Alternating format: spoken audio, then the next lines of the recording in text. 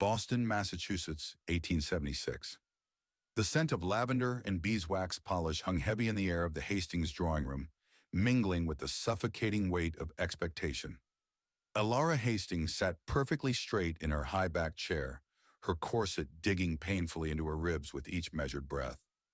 Her fingers, adorned with her grandmother's ruby ring, moved mechanically across the embroidery hoop in her lap. "The wedding invitations have been sent," her mother announced, her voice carrying the practiced melody of satisfaction. "300 of Boston's finest will witness your union to Mr. Caldwell." Elara's needle froze mid-stitch. 300 witnesses to her imprisonment, 300 smiling faces as the shackles of matrimony closed around her wrists. She forced her hands to resume their work, the silk thread sliding through expensive Belgian linen as smoothly as her mother expected her life to proceed. "Mr. Caldwell has confirmed the purchase of the Hawthorne estate," her father added, not looking up from his ledger. "It will make a suitable home for you both." A suitable cage, Elara thought, her inner voice growing louder with each passing day. The voice had begun as a whisper the first time Samuel Caldwell had taken her hand, his grip too tight, his smile never reaching his cold gray eyes. It had grown when she'd spotted the bruises on his housekeeper's wrist, the woman's downcast eyes as she'd hurriedly adjusted her sleeve. It had become a scream the afternoon she'd witnessed him strike his stable boy for a minor transgression. The casual cruelty in his expression more terrifying than the violence itself. Through the bay window, Elara could see a sliver of the harbor, ships setting sail for distant shores.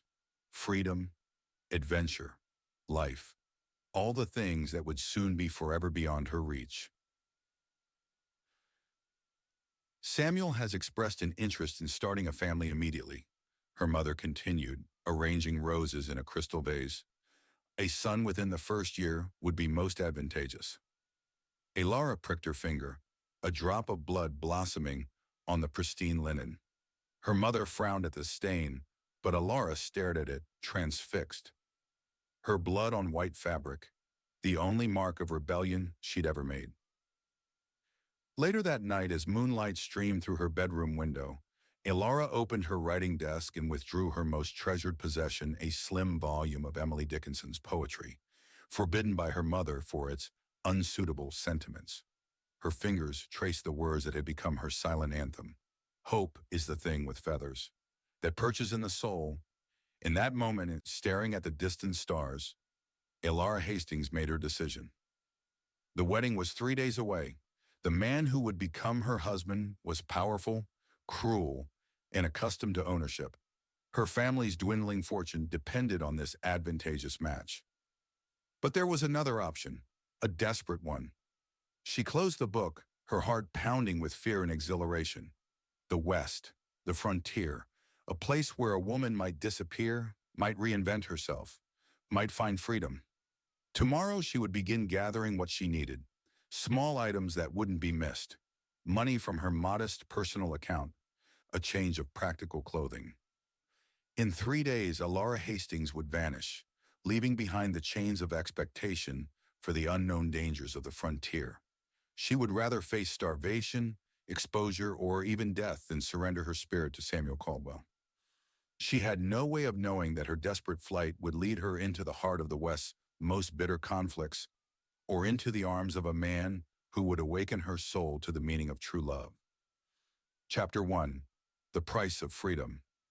The dust swirled around Elara's worn leather boots, a miniature ochre tornado mirroring the chaos in her heart. The vast, unforgiving prairie stretched before her, an endless sea of sun-bleached grass rippling under a sky the color of faded denim. Each gust of wind, hot and dry against her chapped lips, carried the scent of sage and something wilder, untamed, a scent that both terrified and beckoned her. She tugged the brim of her borrowed hat lower, shielding her eyes not just from the relentless sun, but from the memory of the life she'd left behind. Just 3 days ago, she was Elara Hastings, soon to be Mrs. Samuel Caldwell, a future secured by a marriage contract as binding as any iron shackle. Samuel, with his cold, calculating eyes and hands that always felt too possessive, represented everything she despised. a gilded cage built on societal expectations and the silencing of a woman's spirit. She'd endured the stifling parlors of Boston, the endless needlepoint, the suffocating propriety, all for the sake of her family's dwindling fortune. But the moment she'd seen the cruelty in Samuel's eyes as he'd struck a stable boy for a minor infraction, something inside her had snapped. The carefully constructed facade of obedience had crumbled, revealing the steel core beneath. She'd traded her silk gown for a sturdy brown riding skirt and a man's shirt, pilfered from a laundry line under the cover of darkness. Her dowry jewels, once symbols of her impending imprisonment, now jingled in a small pouch hidden beneath her clothes, the price of her passage west on a rickety stagecoach that smelled of sweat, stale tobacco, and desperation. Every jolt of the wagon, every mile that separated her from Boston, was a victory, a defiant act of self-preservation. The stagecoach had deposited her at the edge of a dusty, fly-blown settlement called Havens Creek, a misnomer if ever there was one. It was less a haven and more a collection of ramshackle buildings huddled together against the immensity of the landscape, a precarious outpost on the edge of civilization. She'd bought a sturdy, if somewhat temperamental mare named Bess, a saddle that had seen better days, and enough supplies to last her a few weeks. Her plan was simple, perhaps foolishly so: disappear. Find a place where Samuel Caldwell and the suffocating expectations of her former life couldn't reach her. Ilara's hand instinctively went to the small, worn book tucked into her saddlebag, a collection of poems by Emily Dickinson, a secret indulgence she'd hidden from her mother's disapproving gaze. The words, fierce and independent, were a lifeline, a reminder that she wasn't alone in her yearning for something more than the prescribed path. Hope is the thing with feathers that perches in the soul. The lines echoed in her mind, a fragile melody against the harsh symphony of the prairie wind. A sudden movement in the distance snapped her out of her reverie. A flicker of brown and, was that a flash of blue? She squinted, her heart pounding, a frantic rhythm against her ribs. It was a rider approaching at a steady gallop, silhouetted against the setting sun. Her hand tightened on the reins, fear a cold knot in her stomach. Bandits? Outlaws? The West was rife with stories of danger, tales whispered in hushed tones back east. Now those tales were no longer distant whispers. They were a tangible threat. As the rider drew closer, Ilara could make out more details. It was a man, tall and lean, riding bareback on a magnificent paint horse. His long dark hair streamed behind him like a raven's wing, and even from this distance she could sense a power, a wildness that resonated with the untamed land around them. He wore buckskins, fringed and adorned with intricate beadwork, and a single feather was braided into his hair. He was Native American, no doubt about it. Her breath caught in her throat. Fear warred with a strange, unexpected flicker of curiosity. She'd seen Native Americans before, of course, but only from a distance, carefully curated exhibits at traveling shows presented as exotic curiosities. This man was different. He was part of this land, as much a part of it as the wind and the grass and the endless sky. He reined in his horse a short distance away, his dark eyes sharp and intelligent, assessing her with an intensity that made her skin prickle. He didn't speak, didn't gesture, simply watched her, his expression unreadable. The silence stretched, thick and heavy, punctuated only by the whisper of the wind and the nervous snorting of Bess. Ilara swallowed, her throat dry. She forced herself to meet his gaze, refusing to show fear, though her heart hammered against her ribs like a trapped bird. "Good afternoon," she said, her voice surprisingly steady, though a tremor betrayed her anxiety. The warrior continued to study her, his gaze unwavering. Then he slowly raised a hand, not in greeting, but in a gesture that seemed to encompass the vast expanse around them. His voice, when he finally spoke, was deep and resonant, like the rumble of distant thunder. "This is Lakota land," he said, his words clipped, precise, each syllable carrying the weight of generations. "You trespass." Ilara's hand moved almost involuntarily toward the small pistol tucked into her waistband, a gift more of a warning, really from the grizzled stagecoach driver. Best be prepared, miss. Ain't no law out here but what you make yourself. But she hesitated. Something in the warrior's eyes, a depth of sadness, perhaps, or a weariness that mirrored her own, stayed her hand. I mean no disrespect, she stammered, her voice losing some of its earlier composure. I am simply passing through. She realized how feeble, how utterly unconvincing her words sounded even to her own ears. He tilted his head slightly, a flicker of something amusement, contempt, crossing his features. Passing through to where? He asked, his voice laced with a subtle challenge. Ilara found herself unable to answer. She had no destination, no plan beyond escape. The truth, she realized, was that she was utterly, terrifyingly lost. Lost in this vast, unforgiving land, lost in her own desperate flight, lost in the face of this man who embodied the very wildness she sought, and yet also represented a danger she couldn't comprehend. Before she could formulate a response, a distant shout cut through the air, followed by the unmistakable sound of approaching hoofbeats. Several riders, this time clearly white men, were galloping towards them, their faces obscured by dust and distance, but their intent undeniably hostile. The warrior's eyes narrowed, his gaze shifting from Ilara to the approaching riders. He spoke, his voice low and urgent, but this time his words were not directed at her.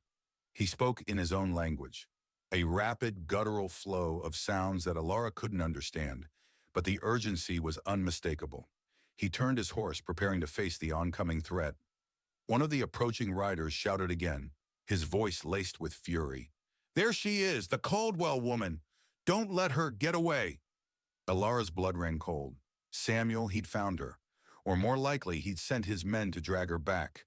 The fragile hope that had sustained her through her desperate flight shattered, replaced by a wave of despair so profound it threatened to overwhelm her. She was trapped, caught between the wrath of her jilted fiancé and the stoic, unyielding presence of the Lakota warrior, a man who considered her a trespasser on his ancestral lands. And in that moment, as the dust cloud of her pursuers grew larger, Ilara knew that her flight for freedom had just taken a deadly, terrifying turn. She glanced toward the Lakota warrior. He held a rifle in his hand and seemed to be studying the men, as if he was deciding what action to take. He glanced back to her with a look she couldn't read. Chapter 2. Shadows on the Prairie. The warrior, without a word, spurred his paint horse forward, meeting the oncoming riders head-on. Ilara watched, frozen, a knot of dread twisting in her stomach. This was her fault. Her desperate flight had dragged this man, this stranger, into a conflict that wasn't his. The lead rider, a burly man with a cruel sneer and a face reddened by sun and anger, recognized her instantly. Well, well, well, he drawled, his voice dripping with malice. Look what the wind blew in. Miss Hastings, I presume? Or should I say, Mrs. Caldwell? Ilara straightened in her saddle, her chin lifting in defiance, though fear clawed at her throat. I am no one's wife, she retorted, her voice trembling despite her efforts to control it. The man chuckled, a harsh, grating sound. That's not what your fiancé says. He's offered a handsome reward for your safe return, and we intend to collect. He gestured to the other men, 4 in total, all hard-faced and armed. They spread out, forming a semicircle around her and the warrior, effectively cutting off any escape. The Lakota warrior remained silent, his rifle held steady, his eyes fixed on the lead rider. The tension was palpable, a thick, suffocating presence in the air. Ilara could feel the weight of their gazes, the unspoken threat hanging heavy between them. This ain't your fight, Injun, the lead rider said, his voice laced with contempt. Step aside and we'll be on our way. The warrior didn't flinch. His voice when he spoke was calm, but it carried an undercurrent of steel. She is under my protection. Ilara's breath caught in her throat. His words, unexpected and strangely reassuring, sent a shiver down her spine. Why was he doing this? He had no reason to help her, a stranger, a trespasser on his land. The lead rider laughed again, this time with genuine disbelief. You're protecting her? A white woman? You've got to be kidding me. He spat on the ground, a gesture of utter disrespect. You're siding with a runaway bride against your own kind? Against the men who are bringing civilization to this god-forsaken land? The warrior's eyes narrowed, a flicker of anger momentarily breaking through his stoic facade. This land needs no civilization, he said, his voice low and dangerous. It has its own, and you are the ones who desecrate it. The lead rider's face contorted in rage. You're a fool, Injun, a dead fool. He raised his own rifle, aiming it squarely at the warrior's chest. Last chance. Step aside or die.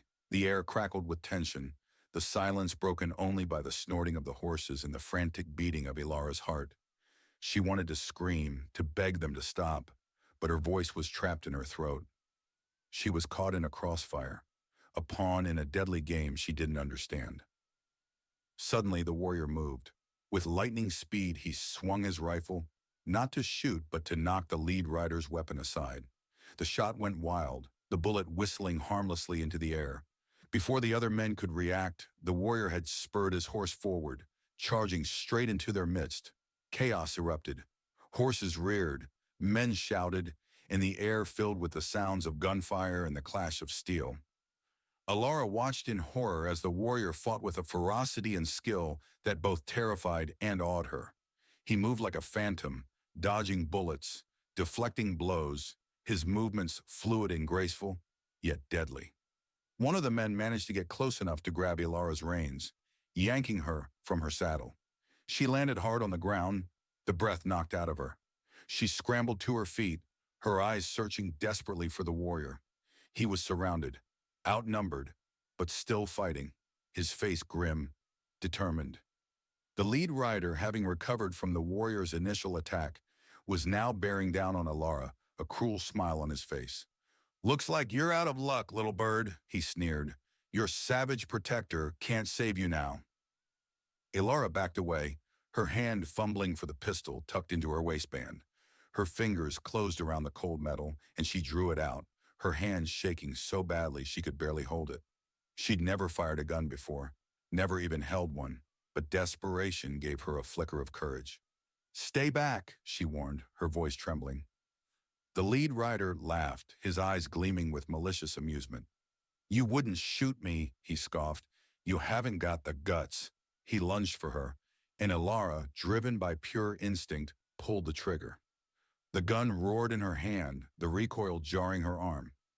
The bullet went wide, missing the rider by a foot, but it was enough to startle him, giving her a precious few seconds to scramble away. She saw the Lakota warrior break free. The lead rider turned toward his men. "Kill the Injun!" Ilara saw one of the men raise his rifle to shoot the warrior in the back, and with a power she didn't know she possessed, she screamed out, "No!" and fired again. This shot was not wild. This shot found its mark, striking the man cleanly. He fell from his horse. The warrior, seeing his chance, used the distraction to his advantage. He charged again, knocking another man from his horse. With the man that Ilara shot out of the fight, the odds had shifted slightly. The fighting continued, a brutal, chaotic melee, but Ilara could see that the tide was turning. The warrior, though wounded, was still fighting with relentless determination. He was protecting her, and that realization, more than anything else, gave her the strength to keep going, to fight for her own survival. He seemed to know what he was doing, weaving and dodging, until another one of the men went down. The lead rider, seeing his men falling, his face contorted with fury and fear, turned his horse and fled, galloping away across the prairie. The remaining two men, seeing their leader abandon them, quickly followed suit. Silence descended, broken only by the ragged breathing of the horses and the soft moans of the injured men. Ilara stood there trembling, the pistol still clutched in her hand, her eyes fixed on the warrior. He slowly dismounted, his movements stiff and labored. He had a long gash on his arm that was bleeding freely, and his buckskins were torn and stained with blood. He looked at her, and for the first time, she saw a flicker of something other than stoicism in his eyes. It was a mixture of respect and something else, something she couldn't quite decipher. He walked towards her, his steps slow but steady. He stopped a few feet away, his gaze searching her face. He said quietly, a question and a statement. You are not what they say. Ilara lowered the pistol, her hand still shaking. She was no longer the timid, obedient woman she had been just a few days ago. The prairie, the danger, the warrior's unexpected protection had changed her. She had found a strength she never knew she possessed. She looked at the warrior, at his wounds, at the blood staining his buckskins, and a wave of guilt washed over her. I I am so sorry, she whispered, her voice thick with emotion. This is all my fault. You were injured because of me. He shook his head, a slight, almost imperceptible movement. It is my choice, he said, his voice raspy. This land, it needs protecting from them, from all who would take it. He paused, his gaze holding hers. And you are not like them. Ilara didn't know what to say. She was still struggling to understand why he had helped her, why he had risked his life for a stranger. He reached out, his hand gently touching her arm, his fingers brushing against the fabric of her borrowed shirt. The touch, though brief, sent a jolt of electricity through her. He then nodded to the west with finality. Come, my village is not far. Your wounds and mine need tending. We will talk more later. The final word held a weight to it. He turned and whistled. His horse came to him at once. Chapter 3. Where the River Bends. The journey to the Lakota village was a blur of pain, exhaustion, and a growing sense of unreality. Ilara rode behind the warrior, her arms wrapped loosely around his waist, her body swaying with the rhythm of his horse's gait. She was acutely aware of his warmth, the solid strength of his back against her chest, the scent of wood smoke and leather that clung to his buckskins. It was a strange, unsettling intimacy, born of necessity and circumstance. Her own wounds, mostly bruises and scrapes from her fall, were minor compared to the warrior's. The gash on his arm was deep and had bled profusely, and she worried about infection. She'd offered to tend to it, but he'd refused, his silence more eloquent than any words. As they rode, Ilara studied the landscape, her gaze drawn to the subtle beauty of the prairie. The setting sun painted the sky in hues of orange, red, and purple, casting long shadows across the rolling hills. The air was cooler now, carrying the scent of damp earth and the faint, sweet fragrance of wildflowers. It was a world away from the manicured gardens and cobblestone streets of Boston, a world that both intimidated and exhilarated her. Finally, as twilight deepened into dusk, they reached the village. It was nestled in a sheltered valley, alongside a winding river that glittered like liquid silver in the fading light.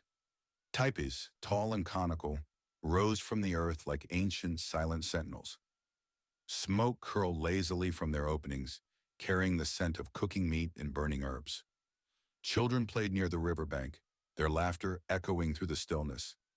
And women worked outside their lodges, their hands busy with various tasks. The arrival of the warrior and Ilara did not go unnoticed. Villagers emerged from their teepees, their faces a mixture of curiosity and concern. They gathered around, their dark eyes studying Ilara with a mixture of suspicion and wary appraisal. She felt a surge of apprehension, realizing how utterly out of place she was, a white woman in the heart of a Lakota village. The warrior dismounted, his movements stiff and slow. He spoke to the villagers in his own language, his voice low and calm. Ilara couldn't understand the words, but she could sense the respect he commanded. They listened intently, their expressions shifting from apprehension to a grudging acceptance. An elderly woman, her face deeply lined and etched with wisdom, stepped forward. She examined the warrior's wound with a practiced eye, her touch gentle but firm. She spoke to him in a soft, soothing voice, and he nodded in response. Then she turned her attention to Ilara, her gaze piercing. Ilara met her eyes, trying to project an air of calm she didn't feel. She knew she was at their mercy, dependent on their goodwill. The elderly woman gestured for Ilara to follow her, and Ilara, with a hesitant glance at the warrior, obeyed. She was led to a small, sparsely furnished teepee. The interior was surprisingly warm and comfortable, lit by the soft glow of a small fire in the center. The air was thick with the scent of herbs and dried grasses. The elderly woman indicated a pile of blankets and furs in one corner, and Elara, exhausted and aching, gratefully sank down onto them. The woman brought her a bowl of steaming broth, its aroma savory and unfamiliar.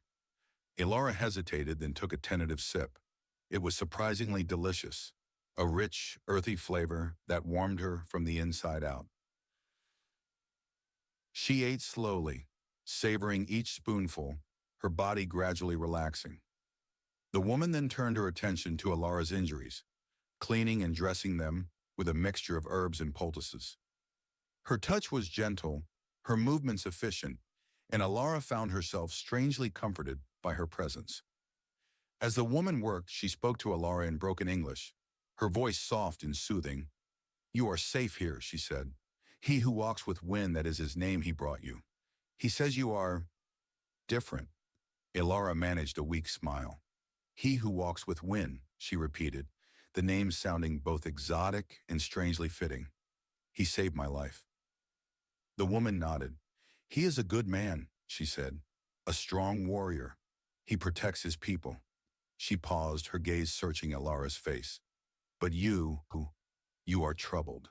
You carry sadness in your eyes." Elara looked away, her gaze falling on the flickering flames of the fire. The woman's words struck a chord, echoing the turmoil within her. She was troubled, burdened by the weight of her past, the uncertainty of her future. I ran away," she confessed, her voice barely a whisper. "From a life I didn't want, from a man I couldn't love." The woman listened patiently, her expression unreadable. When Elara had finished, she said simply, "The wind carries many whispers. Some are true, some are false. It is up to us to listen, to understand." She rose to her feet, her movements graceful despite her age. "Rest now," she said. "Tomorrow we will talk more." She left, leaving Elara alone with her thoughts. She lay back on the furs, her body aching, her mind racing. She was safe for now, but what did the future hold? She was a stranger in a strange land, dependent on the kindness of a people she barely understood. And then there was he who walks with wind, the enigmatic warrior who had saved her life, the man who saw something in her that others didn't. As sleep finally claimed her, Elara found herself dreaming of him, of his dark eyes, his stoic face, the way he moved with the grace of a wild animal. She dreamed of the prairie, of the wind whispering secrets in her ear, of a future that was both terrifying and exhilarating. She was starting to understand that running had been the easy part. Now she had to learn how to live again, how to not only survive, but to be. And she had a strong feeling that this quiet place where the river bent held more answers than she could yet know. The sun was beginning to show when Elara heard the soft shuffle of feet. She opened her eyes to see he who walks with wind standing over her. His arm was bandaged neatly. He looked down at her. His expression was unreadable, but his eyes seemed softer, somehow. He simply said, "Come." Chapter 4. Whispers of the Ancestors. Elara followed. He who walks with wind out of the teepee and into the bright morning light. The village was already bustling with activity. Women were tending to cooking fires, children were chasing each other, and men were preparing for the day's hunt. The air was crisp and clean, carrying the scent of wood smoke, damp earth, and the faint, sweet fragrance of the river. He who walks with wind led her towards the riverbank, away from the main activity of the village. They walked in silence, a comfortable silence Elara realized that was not strained or awkward. She felt a strange sense of peace, a calmness she hadn't experienced since leaving Boston. They reached a secluded spot where the river curved gently, forming a small, sandy beach. Willows dipped their branches into the water, their leaves rustling softly in the breeze. He who walks with wind stopped and gestured for her to sit. She did, sinking down onto the soft sand, her gaze drawn to the shimmering water. He sat down beside her, not too close, but close enough that she could feel the warmth emanating from his body. He didn't speak for a long time, simply gazed out at the river, his expression serene. Elara waited, respecting his silence, sensing that he was gathering his thoughts. Finally, he turned to her, his dark eyes searching her face. "You have questions," he said, his voice low and calm. It wasn't a question, but a statement of fact. Alara nodded. "Many," she admitted. "Why did you help me? You had no reason to." He looked away, his gaze returning to the river. "The men who pursued you," he said, "they are like a sickness. They spread across this land, taking what is not theirs, destroying what they do not understand." He paused, his jaw tightening. "My people, we have suffered much at their hands." Elara understood then. His act of defiance, his willingness to protect her, wasn't just about her. It was about something much larger, a fight for survival, a resistance against the relentless encroachment of the white settlers. "But I am one of them," she said, her voice tinged with guilt. I was part of that world." He turned back to her, his gaze unwavering. "You are different," he said. "I saw it in your eyes. You do not carry the same greed, the same cruelty." He paused, a flicker of something unreadable crossing his features. "You carry sadness and strength." Ilara felt a lump forming in her throat. His words, simple yet profound, touched her deeply. He saw something in her that she herself was only beginning to understand. "I ran away," she confessed, her voice barely a whisper. "From an arranged marriage. From a life I didn't want." He nodded slowly as if he already knew. "Freedom is a precious thing," he said. "Worth fighting for." "But I don't know what to do," she said, her voice laced with desperation. "I have nowhere to go, no one to turn to." He was silent for a moment, his gaze fixed on the distant horizon. Then he said, "You can stay here, for a time, learn our ways, find your own path." Ilara's heart leaped with a mixture of hope and apprehension. Stay here? With the Lakota? It was a radical thought, a dangerous proposition. Yet, it also felt strangely right. "But your people," she said, "they may not want me here, They will accept you," he said, his voice firm. "If I say you are under my protection, they will not question it." Alara looked at him, her eyes searching his.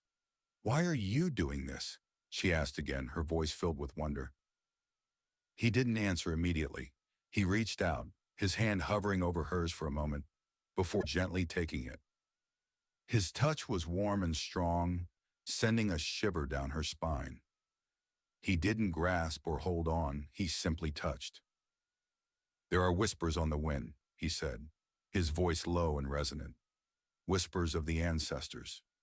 They guide us, protect us, and sometimes they bring us together." He looked into her eyes, and for the first time she saw a flicker of vulnerability, a hint of something deeper, something that mirrored her own yearning. "I believe the wind brought you to me." Ilara's breath caught in her throat. His words, mystical and profound, resonated with something deep within her. She didn't understand it, couldn't explain it, but she felt it a connection, a bond that defied logic and reason. He released her hand, and the warmth of the brief contact lingered. "The old woman Tala, she will teach you. She is wise. She will help you find your way." "Tala," Alara murmured, "the woman who had been kind to her." He nodded. "She will teach you how to help too. You saved my life back there. You have skill and courage. We can use both." He rose to his feet. "I will return later. We hunt today." He turned and walked away, leaving her alone by the river. She sat there for a long time, gazing at the water, her mind reeling. She was being offered a chance, a new beginning, a life she never could have imagined. But it was a life fraught with danger, with uncertainty, with the constant threat of the world she'd left behind. As the sun climbed higher in the sky, Ilara felt a flicker of determination ignite within her. She was no longer the frightened, helpless woman who'd arrived in Havens Creek. She had survived, she had fought, she had found an unexpected ally. She would learn, she would adapt, she would find her place in this new wild world.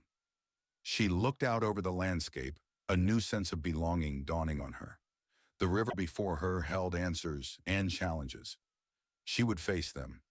She stood and headed back toward the village, the sun warm on her skin, and for the first time it warmed not only her body, but also her soul. Chapter 5. The Stolen Kiss. The next few days passed in a blur of new experiences and unfamiliar sensations. Alara immersed herself in the life of the Lakota village, learning their customs, their language, their ways of survival. Tala, the wise woman, became her mentor, guiding her with patience and understanding. Alara learned to grind corn, to tan hides, to identify edible plants and medicinal herbs. She learned the Lakota language, slowly at first, struggling with the unfamiliar sounds and guttural pronunciations, but gradually gaining fluency. She discovered a hidden talent for beadwork, her fingers surprisingly adept at creating intricate patterns and designs. The children of the village, initially wary of her, gradually accepted her, drawn to her gentle nature and her willingness to play their games. She taught them English rhymes and songs, and they in turn taught her their own. She found a sense of belonging, a sense of community that she'd never experienced in the stifling confines of Boston society. Yes, he who walks with wind was often absent, away on hunting expeditions or dealing with the affairs of the tribe. But when he was in the village, he would seek her out, spending time with her, talking to her, teaching her about the land, the animals, the Lakota way of life. Their conversations were often brief, punctuated by long silences, but they were filled with a depth of understanding that transcended words. Alara found herself drawn to him, fascinated by his strength, his quiet dignity, his unwavering commitment to his people. She sensed a deep sadness within him, a burden he carried, but she also saw a flicker of something else, a warmth, a tenderness that he kept carefully hidden. One evening as the sun was setting, casting long shadows across the prairie, he who walks with wind found her sitting by the river, practicing her beadwork. He sat down beside her, his presence both comforting and unsettling. "You are learning quickly," he said, his voice low and gentle. Alara smiled, a genuine smile that reached her eyes. "Tala is a good teacher," she said, "and the children, they are patient with my clumsy tongue." He nodded, his gaze fixed on her hands as she worked. "You have a gift," he said, "a skill for creating beauty." Alara felt a blush rising to her cheeks. His praise, simple yet sincere, warmed her heart. She looked up at him, her eyes meeting his, and for a moment, the world seemed to fade away, leaving only the two of them, suspended in the golden light of the setting sun. He reached out, his hand gently touching her cheek, his fingers tracing the curve of her jawline. The touch was electric, sending a shiver down her spine.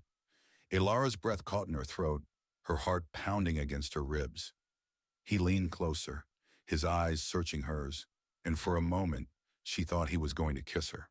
She held her breath, her body trembling with anticipation, with a longing she hadn't realized she possessed. But then he hesitated. He drew back slightly, his gaze dropping to her lips, then back to her eyes. He seemed to be wrestling with something, an internal conflict that played across his features. Alara, her heart sinking with disappointment, lowered her gaze, her cheeks burning with shame. She had misread his intentions, she realized.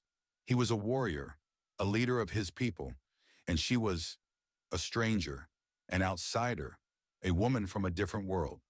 Suddenly, a distant shout shattered the stillness. A young boy came running towards them, his face pale with fear. He spoke rapidly in Lakota, his words tumbling over each other in his haste. "He who walks with." Wynn's expression changed instantly. He rose to his feet, his body tense, his eyes alert. He spoke to the boy in a sharp, commanding tone, then turned to Alara. "Riders," he said, his voice grim. "White men, approaching the village." Alara's blood ran cold. Samuel? Had he found her again? Or were these different men? Another threat. He who walks with wind grabbed her hand, pulling her to her feet. "Come," he said, "we must prepare." As they ran towards the center of the village, Alara's mind raced. The fragile peace she'd found, the sense of belonging, was shattered. The outside world, the world she'd tried to escape, had intruded, bringing with it danger and uncertainty. The villagers were already gathering, their faces grim, determined. The men were armed with rifles, bows, and arrows, ready to defend their home.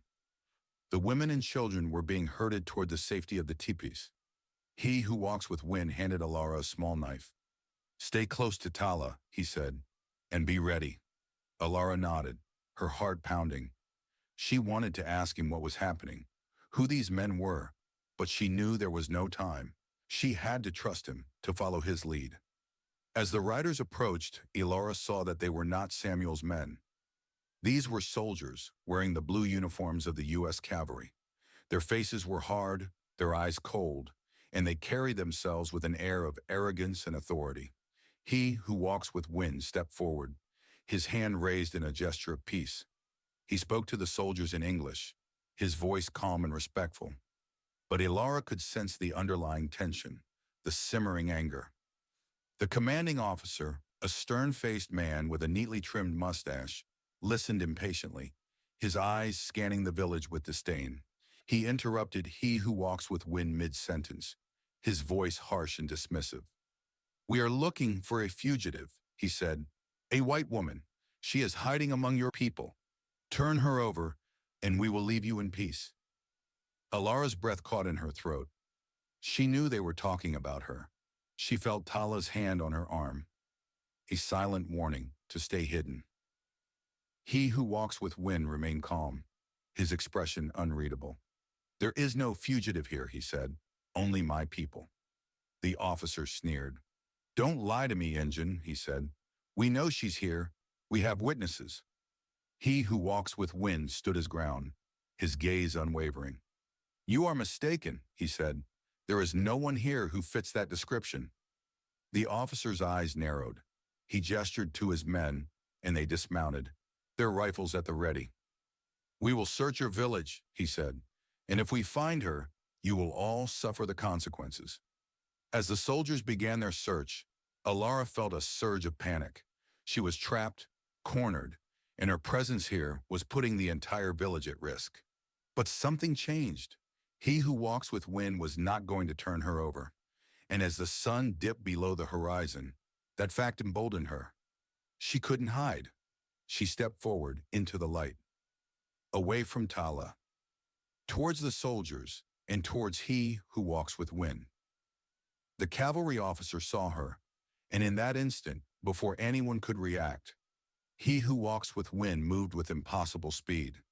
He reached Alara, grabbed her, and with a swift motion that made her heart skip, pulled her close and kissed her.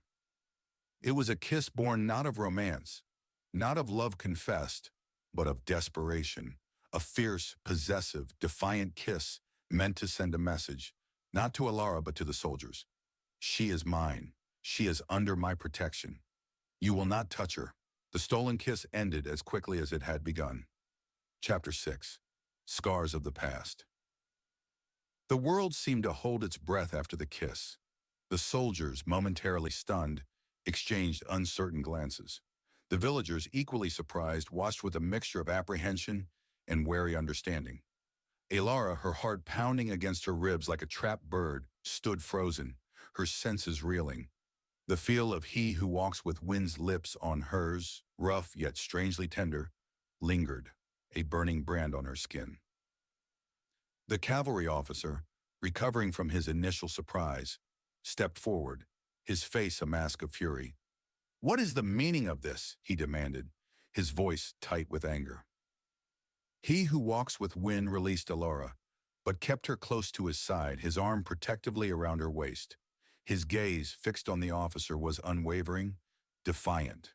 "She is my wife," he said, his voice calm but firm. "She is part of my people now. You have no claim on her." Ilara's mind raced. His wife? He'd claimed her as his wife, a lie spoken to protect her, to shield her from the soldiers. It was a dangerous gamble, a desperate act that could have unforeseen consequences. The officer scoffed. "Your wife?" he repeated, his voice dripping with disbelief. A white woman? Don't insult my intelligence engine. We know who she is. She's a runaway, a fugitive from justice. She is under my protection, he who walks with wind repeated, his voice unwavering. And I will not allow you to take her. The tension in the air was thick, palpable. The soldiers shifted nervously, their hands tightening on their rifles. The villagers, sensing the imminent danger, stood ready to defend their leader, their home. Ilara knew she had to say something, to do something, but her mind was blank, her thoughts a chaotic jumble. She was caught in a web of lies and deception, a dangerous game with stakes she couldn't comprehend. The officer took a step closer, his eyes narrowed, his gaze fixed on Ilara. Is this true? He demanded, his voice harsh. Are you this savage's wife? Ilara hesitated, her gaze flickering between the officer and he who walks with wind. She saw the warning in his eyes, the silent plea for her to play along. She knew that if she denied it, if she revealed the truth, she would be taken back to Samuel, back to the life she'd so desperately fled, and she would be endangering the entire village, putting them at the mercy of the soldiers. She took a deep breath, steeling herself. Yes, she said, her voice surprisingly steady, though a tremor betrayed her anxiety. I am his wife. The officer studied her for a long moment, his expression unreadable. Then he slowly shook his head. I don't believe you, he said, but I have no proof. For now. He turned to his men.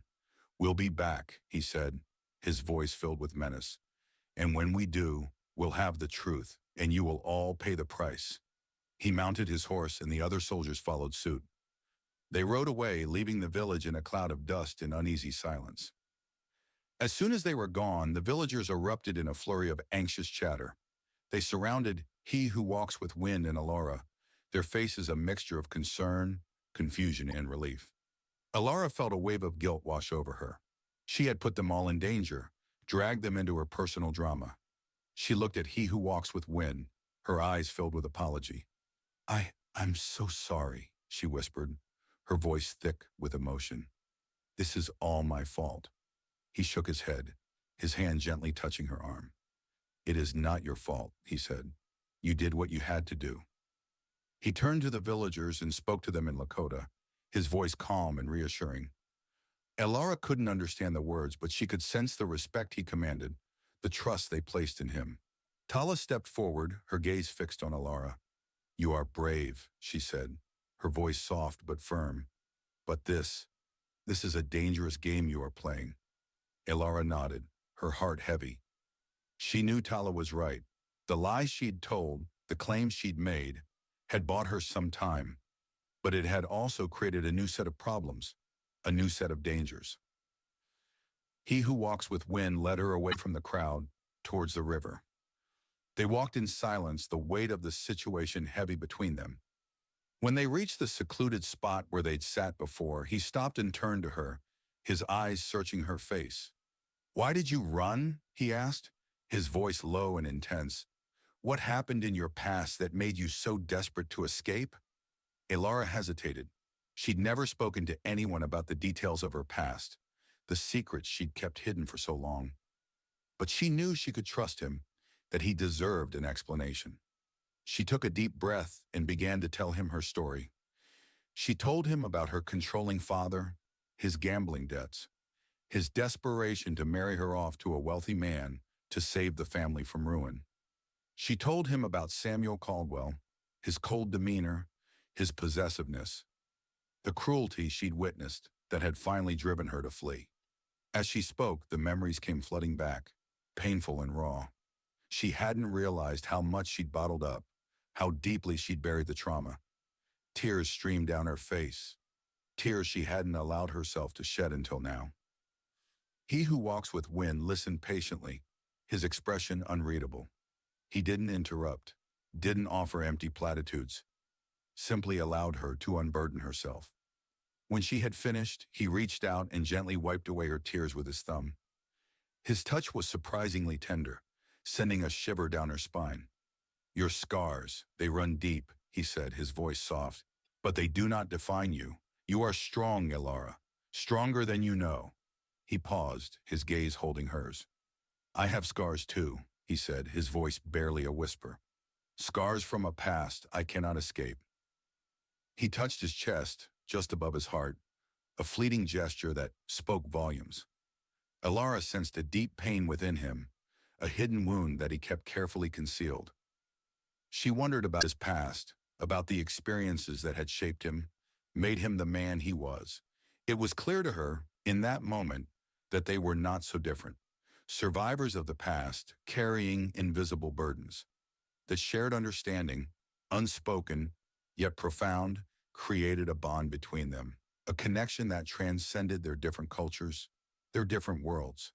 And as the moon rose over the prairie, casting its silvery light on the river, Elara knew that her journey, her flight for freedom, had taken an unexpected turn. She was no longer alone. Chapter 7. A line in the sand. The uneasy peace that followed the soldier's departure was fragile, a thin veneer over a simmering tension. Elara knew that the officer's threat was not an empty one. He would be back, and he would likely bring more men, more force. She spent her days working alongside the other women of the village, trying to lose herself in the mundane tasks of daily life. But her mind was constantly racing, filled with anxiety and fear. She was a liability, a danger to these people who had offered her shelter and protection. He who walks with wind remained stoic, his expression unreadable, but Elara sensed his underlying concern. He spent hours in council with the other warriors, planning, strategizing, preparing for the inevitable confrontation. One afternoon, as Elara was helping Tala gather medicinal herbs near the riverbank, she saw he who walks with wind approaching. He walked with his usual grace and confidence, but she noticed a tightness around his eyes, a subtle tension in his jaw. We need to talk, he said, his voice low and serious. Elara's heart sank. She knew what was coming. He was going to ask her to leave, to protect his people from the danger she represented. She couldn't blame him. It was the logical, the responsible thing to do. They walked in silence to their usual spot by the river, the place that had become a sanctuary, a refuge from the turmoil of their lives. He sat down and she followed suit, her hands clasped tightly in her lap. The council has decided, he began, his voice heavy, that it is too dangerous for you to stay here. Elara's breath caught in her throat, though she'd expected it. I understand, she said, her voice barely a whisper. I never meant to put your people at risk. He looked at her, his dark eyes filled with a mixture of sadness and regret. It is not your fault, he said, but the soldiers, they will not give up. They will come back, and they will bring violence. Where will I go? She asked, her voice trembling. She had nowhere to go, no one to turn to. The thought of being alone again, facing the vast, unforgiving prairie on her own, filled her with terror. He was silent for a long moment, his gaze fixed on the distant horizon. Then he said, there is a small settlement, a few days' ride from here. It is a mixed place. Whites, some natives who have chosen a different path. You might be safe there. Elara shook her head. Safe? She repeated, her voice laced with bitterness. There is no safe place for me. Not anymore. He reached out and took her hand, his touch sending a familiar jolt of electricity through her. You are strong, Elara, he said, his voice firm. You have survived much. You will survive this. But what about you, she asked, her voice filled with concern. What about your people? I've brought this danger upon you. He squeezed her hand gently. We will defend ourselves, he said. We have faced threats before. We will face this one as well. He stood up, pulling her to her feet. I will take you to this settlement, he said. I will make sure you are safe. Elara looked at him, her eyes searching his. She saw the determination in his gaze, the unwavering commitment to protect her, even at his own risk. And she realized with a sudden, overwhelming clarity that she was falling in love with him. It was a foolish, impossible love, a love born of desperation and circumstance, a love that could never be, He was a Lakota warrior, bound to his people, his land, his way of life.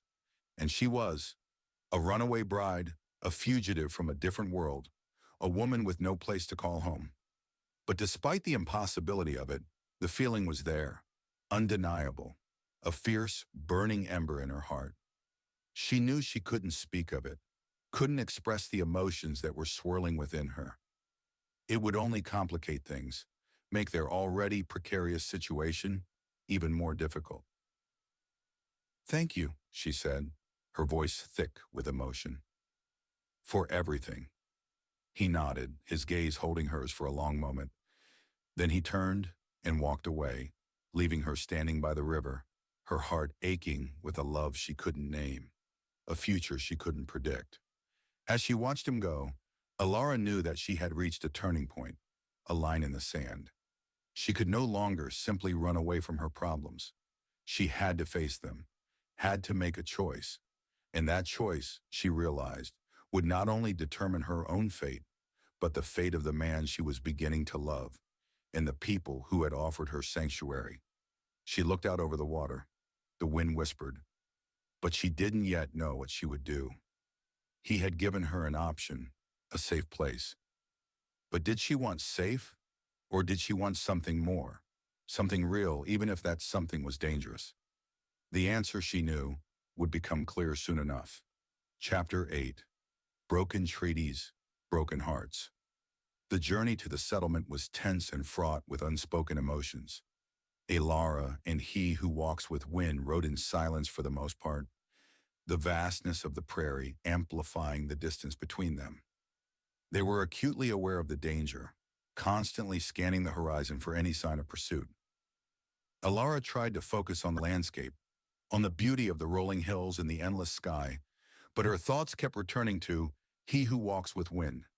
She watched him as he rode, his posture straight and proud, his gaze sharp and alert. She admired his strength, his resilience, his unwavering commitment to his people. And with each passing mile, her love for him grew stronger, a bittersweet ache in her heart. They stopped only when necessary, to rest the horses and to eat meager rations. They spoke little, their conversations limited to practical matters: the route, the potential dangers, the plan for when they reached the settlement. One evening, as they were setting up camp, a sudden storm blew in, a fierce prairie squall that brought with it driving rain and howling winds. They huddled together under a rocky overhang, seeking shelter from the elements. The close proximity, the shared vulnerability, heightened the tension between them. Alara shivered, not just from the cold, but from a mixture of fear and longing. She looked at he who walks with wind, his face illuminated by the flickering flames of their small fire. He was watching her, his dark eyes filled with an intensity that made her breath catch in her throat. "Are you afraid?" he asked, his voice low and gentle. Alara shook her head. "Not of the storm," she said, her voice barely a whisper. He understood. He knew that her fear was not of the elements, but of the uncertain future, of the choices she had to make, of the feelings she couldn't express. He reached out and took her hand, his touch sending a familiar warmth through her. He didn't say anything, simply held her hand, his gaze locked on hers. The silence between them was filled with unspoken emotions, with a yearning that was both painful and exhilarating. The storm raged outside, but within the small shelter of the overhang, there was a different kind of tempest brewing, a storm of emotions that threatened to break through the carefully constructed barriers they had erected. Alara found herself leaning towards him, drawn by an invisible force, her heart pounding against her ribs. He who walks with wind met her halfway. He cupped her face in his hands, his thumbs gently stroking her cheeks. His eyes, dark and intense, searched hers, as if seeking an answer to a question he hadn't asked. Then he kissed her. It was not a desperate, possessive kiss like the one he'd given her in the village, but a slow, tender, searching kiss. It was a kiss that spoke of longing, of regret, of a love that could never be fully realized.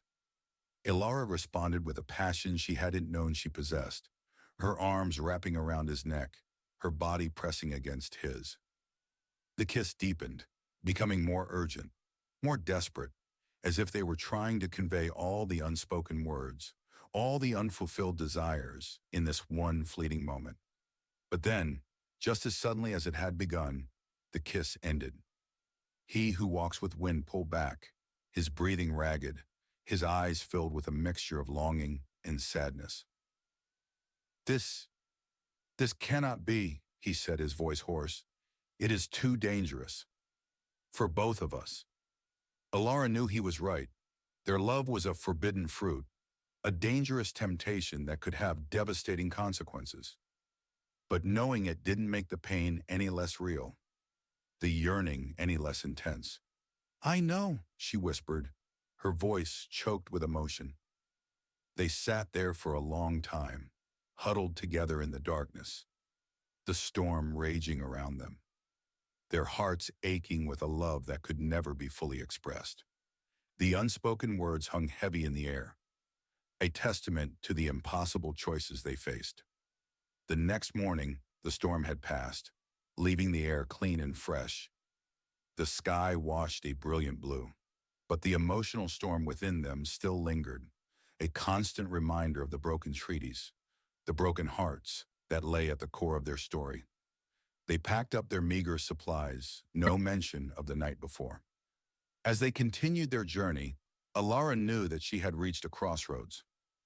She could go to the settlement, seek safety and anonymity, try to build a new life for herself, or she could stay, fight for the man she loved, fight for the people who had offered her sanctuary, even if it meant risking everything. The decision was made for her, swiftly and violently. On the horizon she saw the dust, many riders, and a glint of blue in the morning sun. The soldiers, and this time there were many more of them. He who walks with wind saw it too. He turned to her, a question in his eyes. But before he could speak, Alara said the words, and she knew the path she was choosing. We fight. Chapter 9. The Gathering Storm. The sight of the approaching soldiers, their numbers far greater than before, sent a wave of dread through Alara. This was no mere search party. This was a force intent on confrontation, on subjugation. She looked at he who walks with wind, her heart pounding against her ribs, and saw a grim determination mirrored in his eyes. They have come for you, he said, his voice low and steady, but they will have to go through me first. Alara felt a surge of conflicting emotions, fear, guilt, and a fierce, unexpected surge of protectiveness. She wouldn't let him face this alone. She wouldn't let these men, these representatives of the world she'd fled, destroy the fragile peace she'd found, the love she'd discovered. They are not just here for me, she corrected him. Her voice shook, but she met his gaze evenly. They are here for everything. He nodded, a flicker of understanding in his eyes. He knew, as she did, that this was about more than just one runaway bride. This was about the clash of two cultures, the struggle for land, for survival, for a way of life. He who walks with wind quickly assessed the situation. The open prairie offered little cover, no advantage. They were outnumbered, outgunned, and exposed. He spurred his horse towards a small, rocky outcrop a short distance away, a meager but potential defensive position. We make our stand there, he said, his voice tight with urgency. It is not much, but it is all we have. Alara followed, her mind racing. She had fired a pistol only twice in her life, and both times it had been driven by desperation, by instinct. She was no warrior, no soldier, but she was determined to fight, to stand beside the man she loved, to defend the people who had offered her kindness and acceptance. As they reached the outcrop, he who walks with wind quickly dismounted, handing Alara his rifle. You know how to use this? He asked, his gaze searching hers. Alara nodded, her hands trembling as she took the weapon. It was heavier than the pistol, more powerful, more intimidating. She'd seen him use it with deadly accuracy, and she prayed she could do the same. He who walks with wind drew his own knife, a long, curved blade that gleamed menacingly in the sunlight. He also had a bow and a quiver of arrows slung across his back. He positioned himself behind a large boulder, his body low and alert. his eyes fixed on the approaching soldiers. "Stay close," he said, his voice barely a whisper, "and be ready." Elara crouched beside him, her heart pounding, her senses on high alert. The soldiers were closing in, their horses' hooves thundering across the prairie, the sound echoing in her ears like a death knell. The commanding officer, the same stern-faced man from their previous encounter, rode at the front, his eyes filled with a cold, ruthless determination. He raised his hand, signaling his men to halt. "We know you're in there, Injun," he shouted, his voice amplified by the stillness of the air. "Send out the woman, and we'll let you live." He who walks with wind didn't respond. He remained silent, his body tense, his gaze unwavering. Elara could feel the coiled energy within him, the readiness to strike, to defend. The officer waited a moment longer, then sneered. "So be it," he said. "You've made your choice."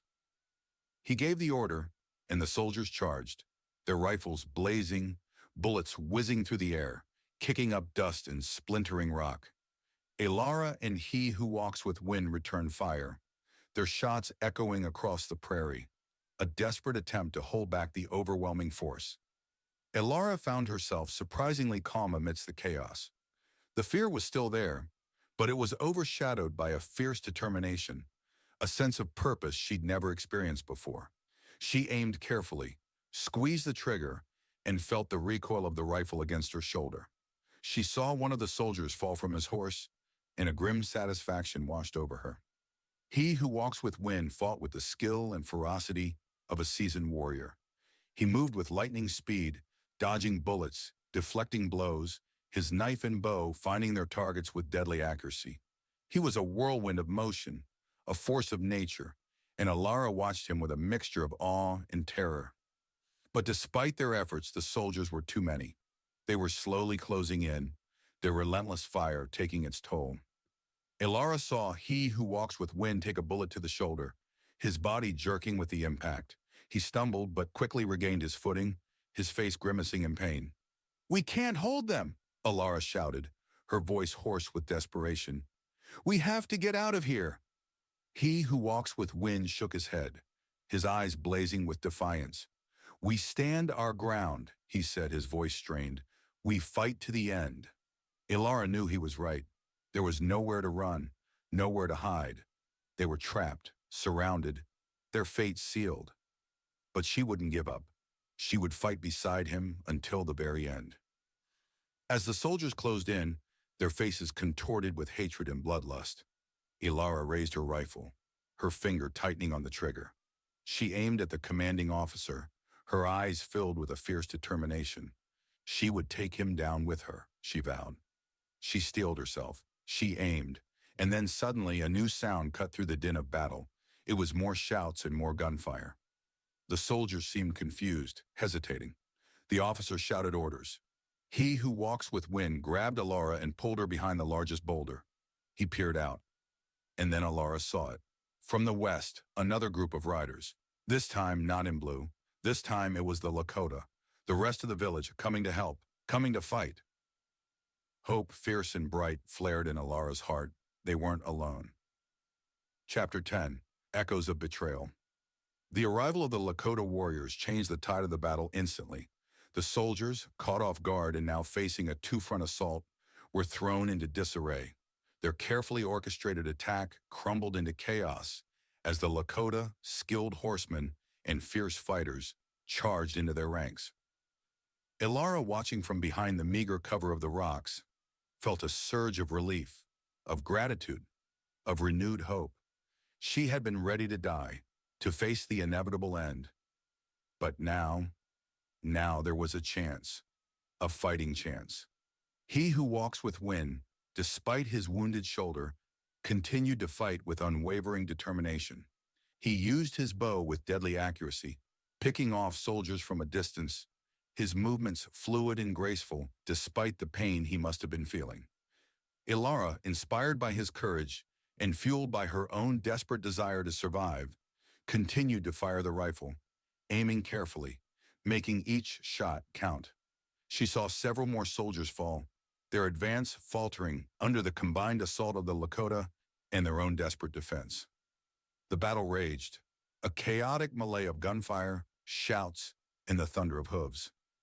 The air was thick with the smell of gunpowder, sweat, and blood. Elara fought with a ferocity she hadn't known she possessed, driven by a primal instinct to protect the man she loved, the people who had become her family.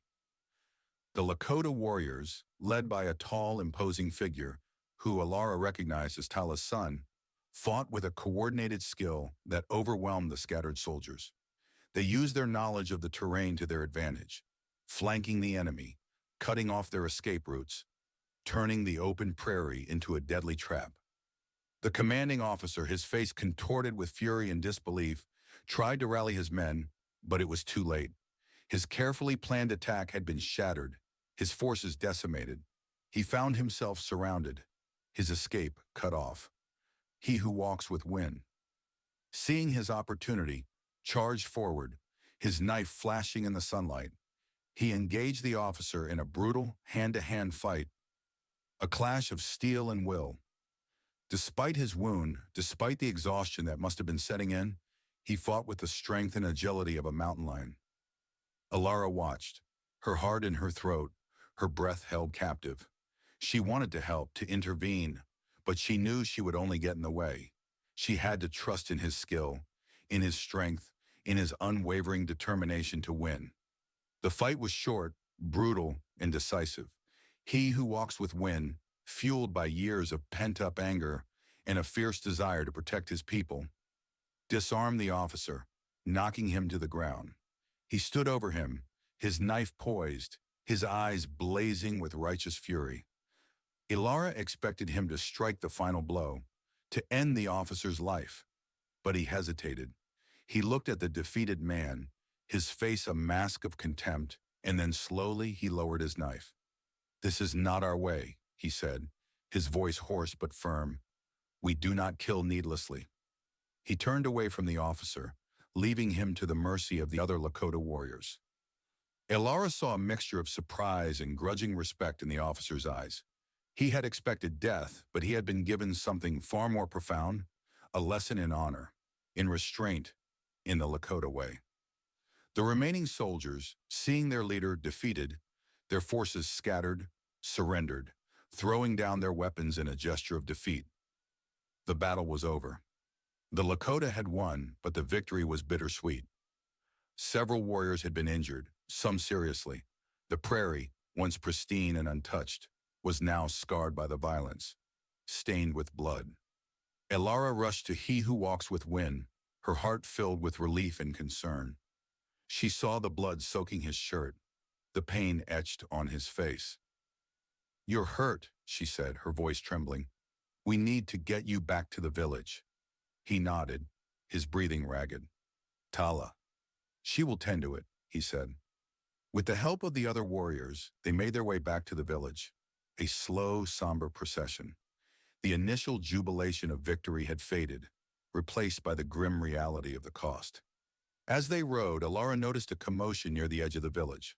A group of Lakota warriors had surrounded someone, their faces grim, their voices angry.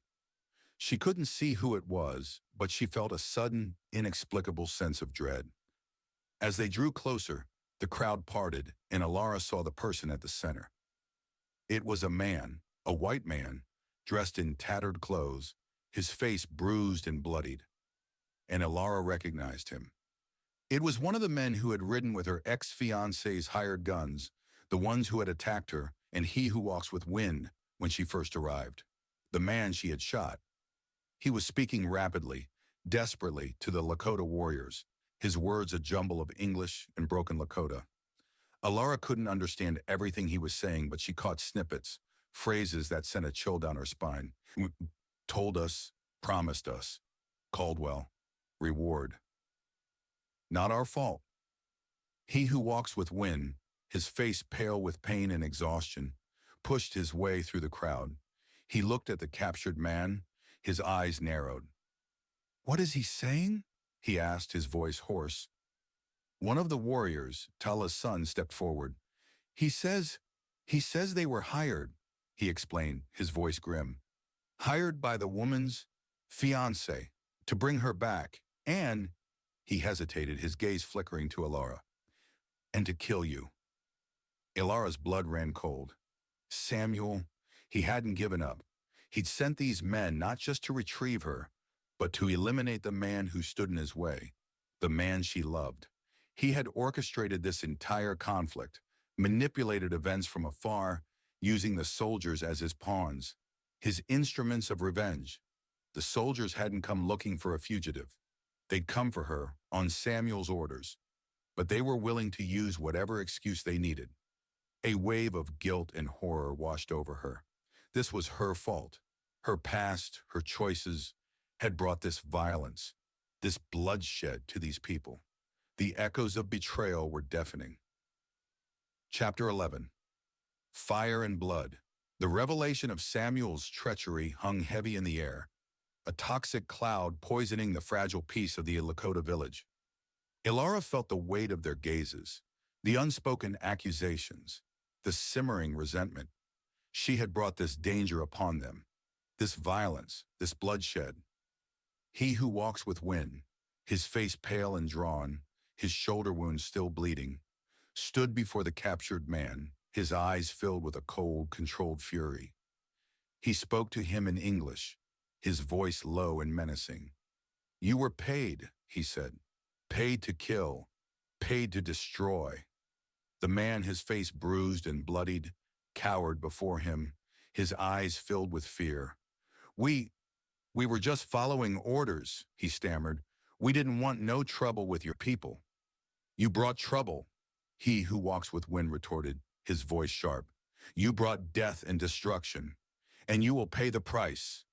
Alara expected him to order the man's execution, to exact swift and brutal revenge, but he surprised her. He turned to the other Lakota warriors, his expression grim. Take him away, he said. Bind him. We will decide his fate later. The warriors, their faces etched with anger and resentment, dragged the man away, their movements rough and unforgiving. Alara watched them go, her heart heavy with guilt and dread. She approached he who walks with wind, her eyes filled with apology. I am so sorry, she whispered, her voice choked with emotion. This is all my fault. Samuel, he who walks with wind interrupted her, his hand gently touching her arm. It is not your fault, he said, his voice weary. You did not choose this. He did. But Ilara couldn't shake the feeling of responsibility, the crushing weight of the consequences of her past.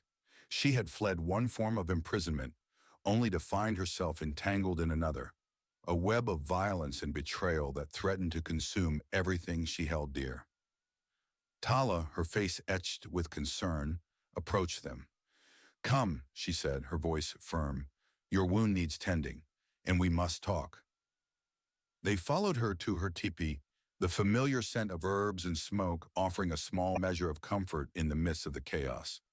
Tala examined he who walks with wind's shoulder, her touch gentle but firm. The bullet had passed through, thankfully, but the wound was deep and inflamed. As Tala worked, cleaning and dressing the injury, Ilara watched, her heart aching.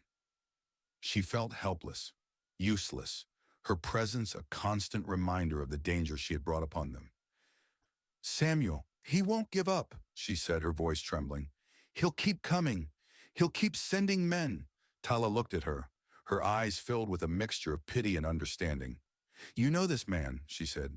You know his heart. Alara nodded, her gaze falling to the floor. He is relentless, she said, and he is cruel. He will stop at nothing to get what he wants. And what does he want? He who walks with wind asked, his voice tight with pain. Ilara met his gaze, her eyes filled with a mixture of shame and defiance. He wants me, she said, but not for love, for control, for revenge.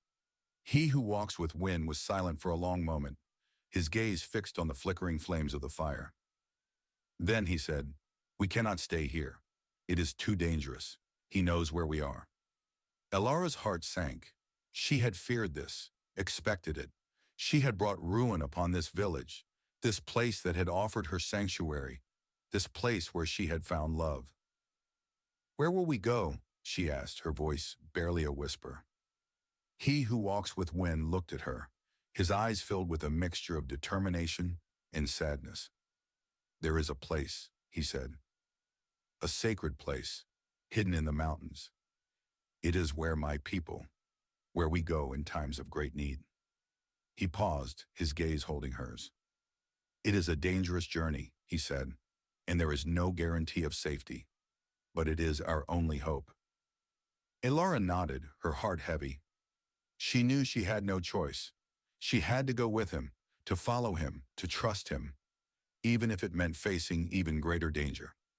As the sun set, casting long shadows across the prairie, the Lakota village prepared to leave. They gathered their belongings, their faces grim, their hearts heavy with the knowledge that they were abandoning their home, their ancestral lands. Elara watched them, her heart filled with a profound sadness. She had found a sense of belonging here, a sense of community, a love she had never thought possible. And now it was all being taken away, ripped from her grasp by the relentless pursuit of a man driven by greed and vengeance. As they prepared to depart, a sudden, terrifying sound shattered the stillness. The air was filled with screams, with shouts, with the unmistakable roar of flames. Elara turned, her eyes widening in horror. The teepees, the homes of the Lakota, were on fire. Thick, black smoke billowed into the sky, obscuring the setting sun, casting an eerie orange glow over the scene. The captured man, he had somehow escaped, somehow set the fires. It was an act of sabotage, of revenge, a final, desperate attempt to inflict pain and destruction. He who walks with wind, his face a mask of fury, raced towards the burning teepees, shouting orders, trying to organize a desperate attempt to save what they could. Elara, her heart pounding with terror and guilt, followed him, determined to help, to do whatever she could to mitigate the damage she had caused. But it was too late. The flames spread quickly, fueled by the dry grass and the wind, consuming everything in their path. The village, the place that had become her home, was being destroyed, reduced to ashes before her very eyes. The Lakota village became an inferno, and as the fires raged, Elara looked to the sky and felt that she was not only losing her new home, but perhaps was losing the man she loved as well. The flames of vengeance burn hot and consume everything. Chapter 12. The Weight of Silence. The destruction of the village was a devastating blow, both physically and emotionally. The Lakota had lost their homes, their possessions, their sense of security. They stood amidst the smoldering ruins, their faces etched with grief, anger, and a profound sense of loss. Elara watched them, her heart aching with guilt and sorrow. She had brought this upon them, this catastrophe, this fiery devastation. She wanted to apologize, to beg for forgiveness, but the words caught in her throat, choked by the enormity of her responsibility. He who walks with wind, his face blackened with soot, his shoulder wound throbbing, moved among his people, his voice calm and reassuring, his presence a beacon of strength and resilience in the midst of the chaos. He organized them, directed them, gave them hope, even as his own heart must have been breaking. Elara longed to go to him, to comfort him, to offer him solace, but she hesitated. She felt like an outsider, a pariah, the cause of their suffering. She didn't deserve his kindness, his forgiveness, his love. The captured man was nowhere to be found. He had vanished in the chaos of the fire, likely escaping into the vastness of the prairie, his act of sabotage a final, bitter act of revenge.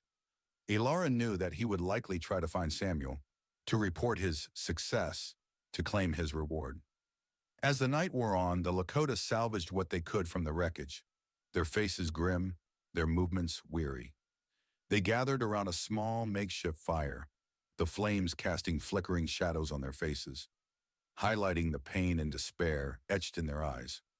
Elara sat apart from them, wrapped in a blanket, her body shivering, not just from the cold, but from the emotional weight of the situation. She felt utterly alone, isolated, adrift in a sea of sorrow and guilt. Tala approached her face etched with concern.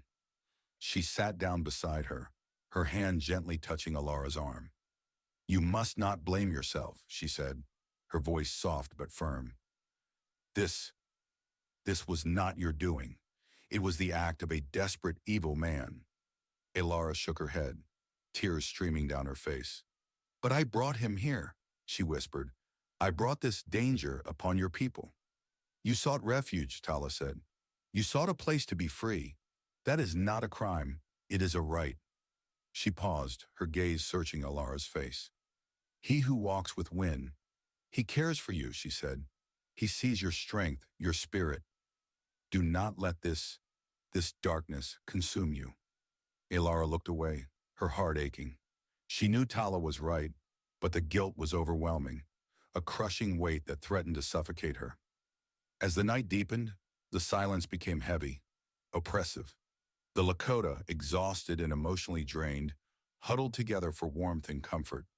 Their conversations hushed, their spirits broken. He who walks with Wind sat apart from the others, his gaze fixed on the distant horizon, his expression unreadable. Alara longed to go to him, to talk to him, to share her grief. But she couldn't bring herself to do it. The weight of silence, of unspoken accusations, of her own self-reproach, was too heavy, too overwhelming. She knew that he was blaming himself for not protecting his people, for not anticipating the treachery of the captured man. She knew that he was hurting, that he was carrying a burden of responsibility that was almost unbearable. And she knew that she was the cause of it all. As the first rays of dawn painted the sky with hues of pink and orange, Alara made a decision. She couldn't stay here, couldn't continue to be a source of danger and sorrow for these people. She had to leave, to disappear, to remove herself from their lives, even if it meant facing the vast, unforgiving prairie alone. She rose to her feet, her body stiff and aching, her heart heavy with a profound sadness.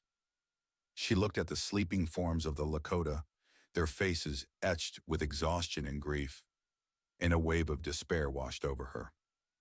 She walked towards the spot where the horses were tethered, her movements slow and deliberate. She chose her mare, Bess, the one constant companion throughout her tumultuous journey, and saddled her quietly, her hands trembling. As she was about to mount, she heard a voice behind her.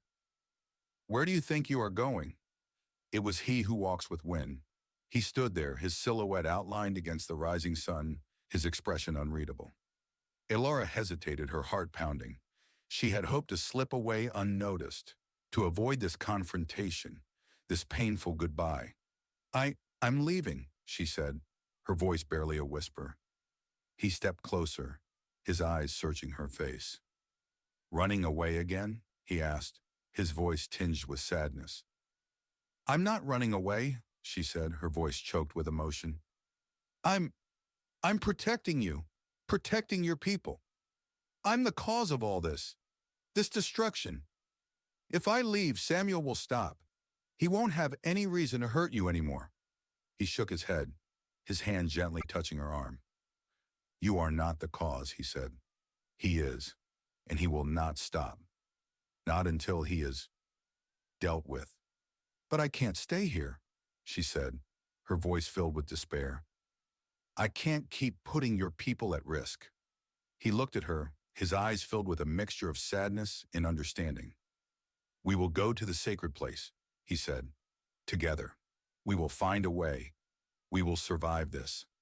The weight of silence. It was not lifted, not yet. But for the first time, Alara allowed herself to consider the possibility that his words were true. Together. Chapter 13. A Promise Under the Stars. The journey to the sacred place was arduous and perilous. The Lakota, their numbers diminished, their spirits wounded, traveled with a quiet determination, their faces etched with a mixture of grief and resolve. They were leaving behind their ancestral lands, their homes, their way of life, driven by the relentless pursuit of a man fueled by vengeance and greed.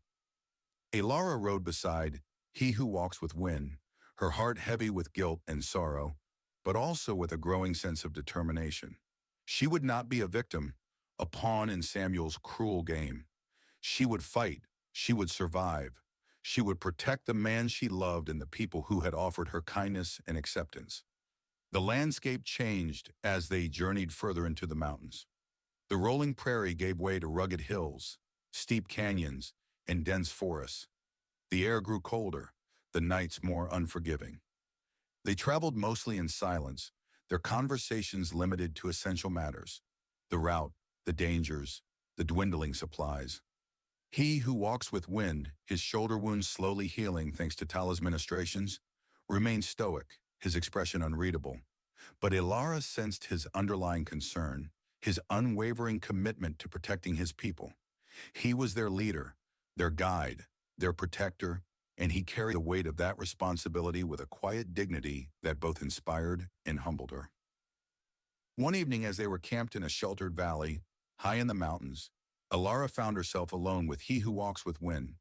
The others were asleep, exhausted from the day's journey, their faces etched with weariness and grief. Ilara and He Who Walks with Wind sat by a small fire, the flames casting flickering shadows on their faces, the silence between them heavy with unspoken emotions. The stars were brilliant, a vast, glittering canopy overhead, offering a sense of peace and serenity that belied the turmoil of their lives. "Do you think we'll ever be safe?" Ilara asked, her voice barely a whisper, breaking the silence. He Who Walks with Wind looked at her, his dark eyes reflecting the firelight. "I do not know," he said, his voice honest. "But we will fight. We will survive. We will find a way." "I'm scared," she confessed, her voice trembling. "Not just for myself, but for you, for your people." He reached out and took her hand, his touch sending a familiar warmth through her. "Fear is a natural thing," he said.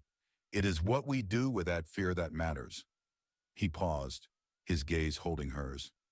"You are brave, Ilara," he said. "Stronger than you know. You have faced much, and you have not broken." Ilara felt a lump forming in her throat. His words, simple yet profound, touched her deeply. He saw a strength in her that she herself was only beginning to understand.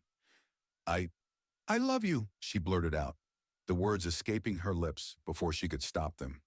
It was a foolish, impulsive confession, a declaration of a love that was both impossible and undeniable. He Who Walks with Wind looked at her, his eyes filled with a mixture of surprise and something else, something that mirrored her own longing, her own yearning.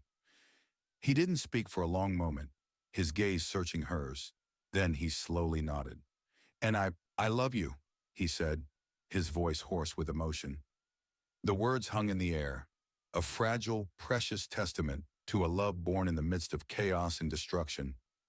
A love that defied logic and reason. A love that might be their only salvation. He leaned in and kissed her, a slow, tender kiss that spoke of a shared sorrow, a shared hope, a shared determination to survive. It was a kiss that sealed their fate, a promise made under the vast, glittering canopy of stars. A promise of love, a promise to always protect one another. Ilara responded with a passion that surprised even herself, her arms wrapping around his neck, her body pressing against his. The kiss deepened, becoming more urgent, more desperate, as if they were trying to convey all the unspoken words, all the unfulfilled desires, in this one fleeting moment. But then, just as suddenly as it had begun, the kiss ended. He Who Walks with Wind pulled back, his breathing ragged, his eyes filled with a mixture of longing and regret. "We must be careful," he said, his voice hoarse. "Our love, it is a dangerous thing. It could be used against us." Ilara knew he was right. Their love was a vulnerability, a weakness that Samuel could exploit, a weapon he could use to destroy them. But knowing it didn't make the feeling any less real, the yearning any less intense. They sat there for a long time, huddled together by the fire, the vastness of the mountains surrounding them, the silence broken only by the crackling of the flames and the whisper of the wind. They spoke of their hopes, their fears, their dreams for a future that was uncertain, precarious, but filled with a fragile, flickering hope. They knew that the journey ahead would be difficult, that they would face many challenges, many dangers. But they also knew that they would face them together, united by their love, their shared commitment to survival, their unwavering belief in a better tomorrow. And it was that bond, that promise made under the stars, that would give them the strength, the courage, the resilience to face whatever lay ahead. They had each other. And for now, in this quiet, sacred place, that was enough. Chapter 14. The Fugitive's Trail. The sacred place, nestled high in a remote mountain valley, was a sanctuary of breathtaking beauty. A crystal-clear river tumbled over smooth rocks, its waters fed by melting snow from the peaks above. Lush meadows, carpeted with wildflowers, stretched towards towering pines, their branches reaching towards the sky like supplicating arms. The air was thin and crisp, carrying the scent of pine and damp earth, and the silence was profound, broken only by the murmur of the river and the call of birds. For the Lakota, it was a place of refuge, a place of healing, a place where they could reconnect with their ancestors, with their traditions, with their spirit. For Ilara, it was a revelation, a glimpse into a world she had never known, a world of ancient wisdom and profound connection to the land. They arrived exhausted, their bodies weary, their spirits bruised, but the serenity of the place, the sheer, untouched beauty of it, offered a measure of solace, a glimmer of hope. He who walks with wind led them to a series of caves, hidden amongst the rocks, that would serve as their temporary shelter. Tala, her face etched with weariness, but her spirit undimmed, immediately set about organizing the remaining supplies, tending to the injured, and establishing a semblance of order in their makeshift camp. The Lakota, despite their losses, their displacement, their uncertain future, responded with a quiet resilience, a determination to survive, to rebuild, to preserve their way of life. Ilara, watching them, felt a surge of admiration and respect. They had lost everything, yet they had not lost their spirit, their connection to each other, their unwavering belief in their traditions. She felt humbled by their strength, their resilience, their quiet dignity. She tried to help, to contribute, to be useful, but she felt awkward, clumsy, out of place. She was a stranger in this ancient land, an outsider in this close-knit community. But the Lakota, despite their initial reservations, their understandable suspicion, welcomed her, accepted her, treated her with a kindness that touched her deeply. He who walks with wind remained distant, preoccupied. He spent hours in council with the elders, planning, strategizing, trying to find a way forward, a way to protect his people from the relentless pursuit of Samuel and his men. He was their leader, their protector, and he carried the weight of that responsibility with a quiet stoicism that both inspired and worried Ilara. She longed to talk to him, to share her fears, her hopes, her love, but she hesitated. She knew he was burdened, preoccupied, his mind focused on the survival of his people. She didn't want to add to his worries, to distract him from his crucial task. One afternoon, as Ilara was sitting by the river, watching the sunlight sparkle on the water, he who walks with wind approached her. He sat down beside her, his presence both comforting and unsettling. "You are quiet," he said, his voice low and gentle. Ilara looked at him, her eyes searching his. I feel useless," she confessed. "I don't know how to help. I don't belong here." He shook his head, his hand gently touching her arm. "You belong," he said. "You are one of us now." He paused, his gaze holding hers. "You have skills," he said. "You can read, you can write. You know the ways of the white man. That can be useful." Ilara felt a flicker of hope. He was giving her a purpose, a role, a way to contribute. "What? What can I do?" she asked. He explained his plan. He wanted to send a message, a plea for help, to someone he believed could be an ally, a white man who had a reputation for fairness, for justice, a man who might be willing to stand against Samuel's corruption and greed. His name is Judge Thompson, he said. He lives in a town several days' ride from here. He is a good man. I have heard stories. He paused, his gaze searching her face. I need you to write the letter, he said. I need you to tell our story, to explain what has happened, to ask for his help. Alara nodded, her heart filled with a renewed sense of purpose. This was something she could do, something she was good at. She could use her skills, her knowledge, to help him, to help his people. But he who walks with wind shook his head. He could not go. He had to stay with his people. Alara understood at once. She had to go. She had to take the letter. She had to leave. The thought of leaving him, of leaving this sanctuary, filled her with a renewed sense of dread. But she knew it was necessary, that it was the only way to secure their future, to protect them from Samuel's relentless pursuit.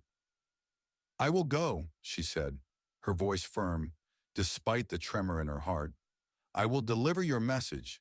I will find this Judge Thompson, and I will bring back help. The fugitive's trail led not away from her love, but towards it, in a desperate last attempt to save them all. Chapter 15. Between Two Worlds. The journey to the town where Judge Thompson resided was a solitary and perilous one. Alara, disguised in men's clothing, her hair tucked under a wide-brimmed hat, rode Bess across the rugged terrain, her heart pounding with a mixture of fear and determination. She was alone, vulnerable, a fugitive in a land that was both familiar and foreign. She followed he who walks with wind's instructions carefully, navigating by the stars, by the landmarks he had described, by the instincts she had developed during her time with the Lakota. She avoided main roads, sticking to hidden trails, constantly scanning the horizon for any sign of pursuit. She slept under the open sky, her meals meager, her only companion the faithful Bess. She was haunted by the memory of the burning village, by the faces of the Lakota, by the love she had left behind. She clung to the hope that she would succeed, that she would find Judge Thompson, that she would bring back help, that she would be reunited with he who walks with wind. As she rode, she reflected on the strange, improbable journey that had brought her to this point. She had fled a life of privilege and constraint, seeking freedom and independence, only to find herself caught in a web of violence and betrayal, a fugitive in a land she barely understood. She had found love in the most unexpected of places, with a man who was her opposite in every way, yet who shared her spirit, her courage, her unwavering belief in justice. She was straddling two worlds, the world of her past and the world of her present, the world of the white settlers and the world of the Lakota.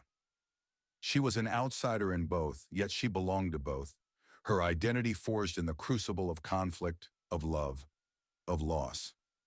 After several days of arduous travel, she reached the outskirts of the town.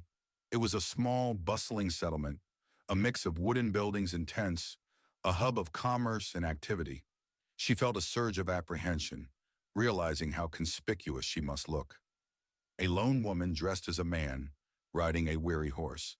She stabled Bess at the edge of town, her heart pounding with anxiety. She walked into the town, her head down, her hand instinctively reaching for the pistol tucked into her waistband. She had to be careful, had to avoid attracting attention, had to find Judge Thompson without revealing her true identity. She asked for directions to the courthouse, her voice disguised in a low, husky tone. She was directed to a two-story wooden building, its windows dusty, its paint peeling, but with an air of officialdom, of authority. She entered the courthouse, her heart pounding. The interior was dim and sparsely furnished, the air thick with the smell of stale tobacco and old paper. A clerk, a thin, bespectacled man, looked up from his work, his eyes questioning. I need to see Judge Thompson, Alara said, her voice trembling slightly. It is a matter of great importance. The clerk studied her for a moment, his gaze suspicious. The judge is a busy man, he said. He doesn't see just anyone. Please, Alara said, her voice filled with desperation. It is a matter of of life and death. The clerk hesitated. Then with a sigh, he rose to his feet. Wait here, he said. He disappeared into a back room, leaving Alara alone in the dim, dusty hallway. She waited, her heart pounding, her senses on high alert. Every creak of the floorboards, every rustle of paper, made her jump. Finally, the clerk returned. The judge will see you, he said, but be warned, he doesn't suffer fools gladly. Alara nodded, her heart filled with a mixture of relief and apprehension. She followed the clerk into the judge's chambers, her mind racing, her hopes and fears swirling within her. The judge's office was small and cluttered, filled with books, papers, and legal documents. The judge himself, a stout, middle-aged man with a stern face and piercing eyes, sat behind a large desk, his gaze fixed on Alara. You wish to see me? He said, his voice gruff. Alara took a deep breath, steeling herself. She had come this far, she wouldn't falter now. Yes, Your Honor, she said, her voice still disguised, but firmer now. I have a message from he who walks with wind. The judge's eyebrows rose. He who walks with wind? He repeated, his voice laced with surprise. The Lakota warrior? Alara nodded. He needs your help, she said. His people? They are in danger. She pulled out the letter, the carefully crafted plea for justice, for protection, that she had written under He Who Walks with Wind's guidance. She handed it to the judge, her hand trembling. The judge took the letter, his eyes scanning the words. As he read, his expression changed, his stern face softening, his eyes filled with a mixture of concern and something else, something that looked like respect. He finished reading and looked up at Alara. This is a serious matter, he stated. I know, replied Alara. She decided then to reveal herself. She pulled off the hat and let her hair fall down around her shoulders. The judge's eyes widened in shock, but he composed himself quickly. You are the woman they are looking for, the Caldwell woman. It was not a question. Yes, answered Alara, but the story you've been told is not the truth. And these people, they are in grave danger. And so, Alara told her story. Everything. And for the first time she felt a hope dawning, that maybe, just maybe, justice might prevail. She was between two worlds, and for now she had a chance to save them both. Chapter 16. The Serpent's Tooth. Judge Thompson listened intently as Alara recounted her harrowing tale, his expression shifting from initial surprise to a growing concern, and finally to a grim determination. He asked probing questions, clarifying details, assessing the veracity of her claims. He was a man of the law, a man of justice, and he recognized the ring of truth in her words, the desperation in her voice. When she had finished, he sat back in his chair, his gaze fixed on her, his face etched with a mixture of anger and resolve. This Samuel Caldwell, he said, his voice low and dangerous, is a snake, a viper in the grass. He has used his wealth and influence to pervert the law, to manipulate the system, to pursue his own selfish ends. He paused, his gaze hardening. But he will not succeed, he said. I will not allow it. I will see that justice is done. Alara felt a surge of relief, of gratitude, of renewed hope. She had found an ally, a powerful ally, a man who believed her, who was willing to stand against Samuel's corruption and greed. What will you do? She asked, her voice trembling with anticipation. The judge leaned forward, his eyes gleaming with determination. I will issue a warrant, he said, a warrant for Samuel Caldwell's arrest, for kidnapping, for attempted murder, for inciting violence. He paused, his gaze holding hers. And I will send men, he said, men to protect the Lakota, men to bring Samuel to justice. Alara's heart leaped with joy. She had done it. She had found help. She had secured protection for he who walks with Win and his people. But the judge's next words dampened her elation. It will not be easy, he said. Samuel is a powerful man with many allies. He will fight back. He will use every means at his disposal to evade justice. He paused, his gaze searching her face. And he will likely come after you, he said. You are a threat to him, a witness to his crimes. He will want to silence you. Alara felt a chill run down her spine. She knew the judge was right. Samuel was relentless, ruthless, and he would stop at nothing to get what he wanted. She was still in danger, perhaps even greater danger than before. I am not afraid, she said, her voice trembling slightly, but with a newfound conviction. I will testify. I will tell the truth. I will see that he is brought to justice. The judge nodded, his eyes filled with respect. You are a brave woman, Alara, he said, and you are not alone. I will stand with you. I will see that you are protected. He rose to his feet, his movements decisive. I will need your help, he said. You know Samuel. You know his ways. You can help us anticipate his moves, counter his strategies. Alara agreed, her heart filled with a renewed sense of purpose. She was no longer a fugitive, a victim, a pawn in Samuel's game. She was a warrior, a fighter, a woman determined to see justice done. The judge summoned his deputies, a group of hardened, experienced lawmen. He explained the situation, his voice firm and authoritative, and issued his orders. They were to prepare for a confrontation, a showdown with Samuel Caldwell and his men. As the deputies left to gather their forces, the judge turned to Alara. You will stay here, he said, in my home. You will be safe here. Alara hesitated. She wanted to be with he who walks with Win, to fight alongside him, but she knew the judge was right. She would be safer here, in the town, under the judge's protection. The judge led her to his home, a modest but comfortable house near the courthouse.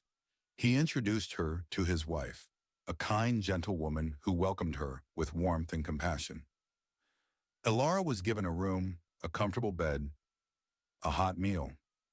It was the first real comfort she had experienced in weeks, and she felt a wave of exhaustion wash over her. But she couldn't rest, couldn't relax. Her mind was racing, filled with anxiety and anticipation. As night fell, Alara found herself pacing restlessly in her room, her heart pounding with a mixture of fear and hope. She knew that the coming days would be crucial, that the fate of he who walks with Win, of the Lakota, of herself, hung in the balance. Suddenly, a knock on the door startled her. She opened it cautiously, her hand instinctively reaching for the pistol she had kept hidden under her pillow. It was one of the judge's deputies, his face grim, his eyes filled with a mixture of urgency and something else, something that looked like fear. There's been trouble, he said, his voice low and urgent. At the stables. Your horse. Bess. Alara's blood ran cold. She knew instantly what had happened. Samuel, he had found her. He had struck the first blow. She followed the deputy to the stables, her heart pounding with dread. As she approached, she saw the scene, illuminated by the flickering light of lanterns. Bess lay on the ground, her body still, her eyes glazed over. There was a knife protruding from her side, a single, cruel, deliberate act of violence. Alara felt a wave of grief wash over her, so profound it threatened to overwhelm her. Bess, her faithful companion, her only friend during her solitary journey, was gone, murdered. But amidst the grief there was also rage, a cold, burning fury that consumed her, fueled her, gave her strength.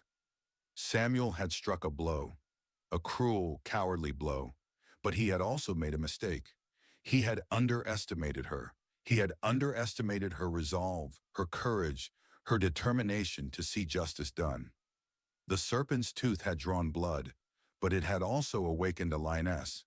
And Alara knew with a chilling certainty that the final confrontation was near, and she would be ready. Chapter 17. The Heart's Reckoning. The murder of Bess, though a devastating blow, served to steel Alara's resolve. The grief was profound, a sharp, agonizing pain in her heart, but it was tempered by a cold, burning fury, a determination to see Samuel brought to justice, to avenge not only her faithful companion, but the suffering he had inflicted upon he who walks with wind in the Lakota. Judge Thompson, his face etched with anger and regret, offered his condolences, his assurances that Samuel would pay for his crimes. He redoubled his efforts, gathering his deputies, preparing for the inevitable confrontation. The town was placed on high alert, the citizens armed and watchful, the atmosphere thick with tension and anticipation. Elara, despite her grief, refused to be sidelined. She insisted on being involved in the preparations, offering her knowledge of Samuel, his tactics, his weaknesses. She was no longer a passive victim, a pawn in his game. She was an active participant, a warrior in her own right.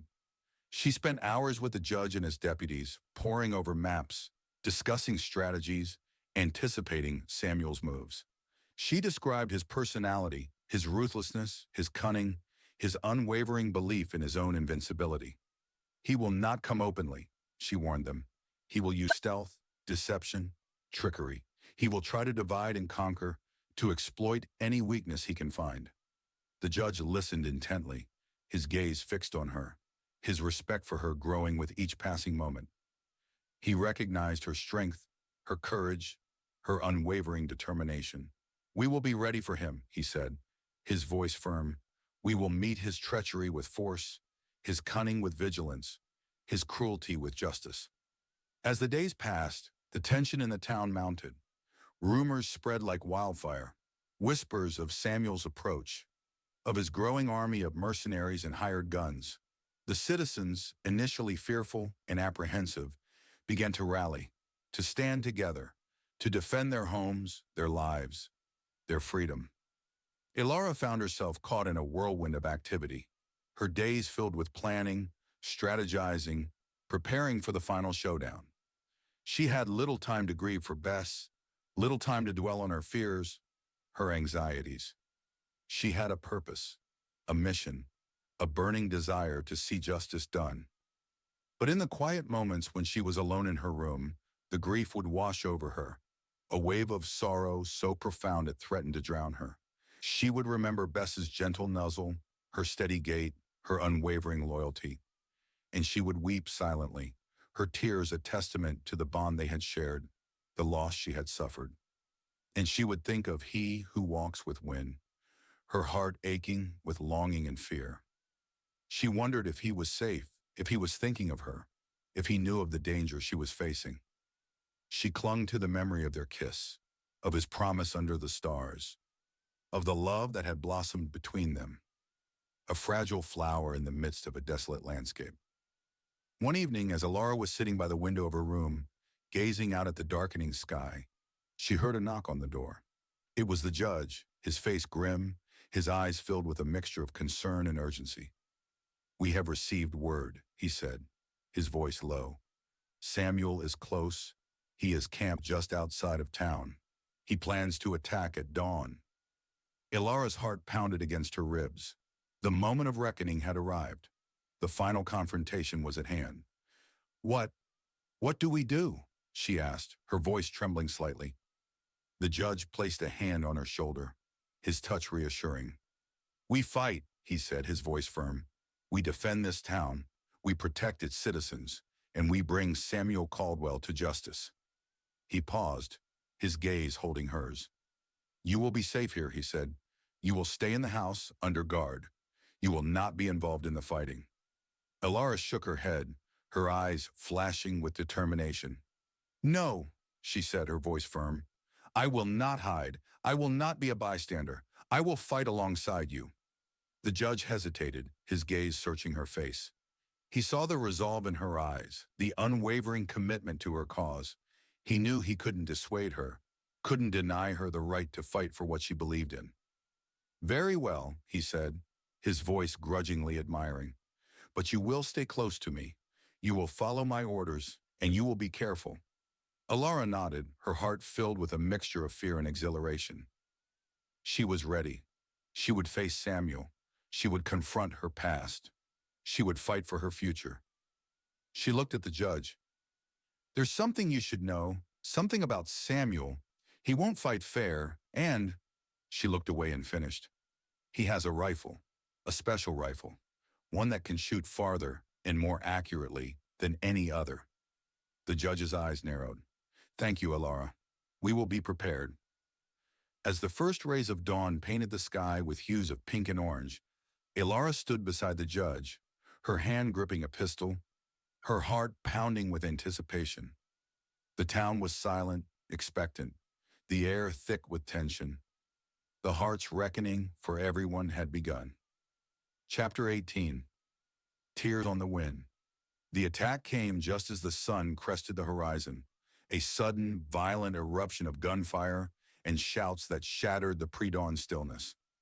Samuel's men, a motley collection of mercenaries, hired guns and desperate outlaws, swarmed into the town, their faces contorted with greed and bloodlust, their weapons blazing.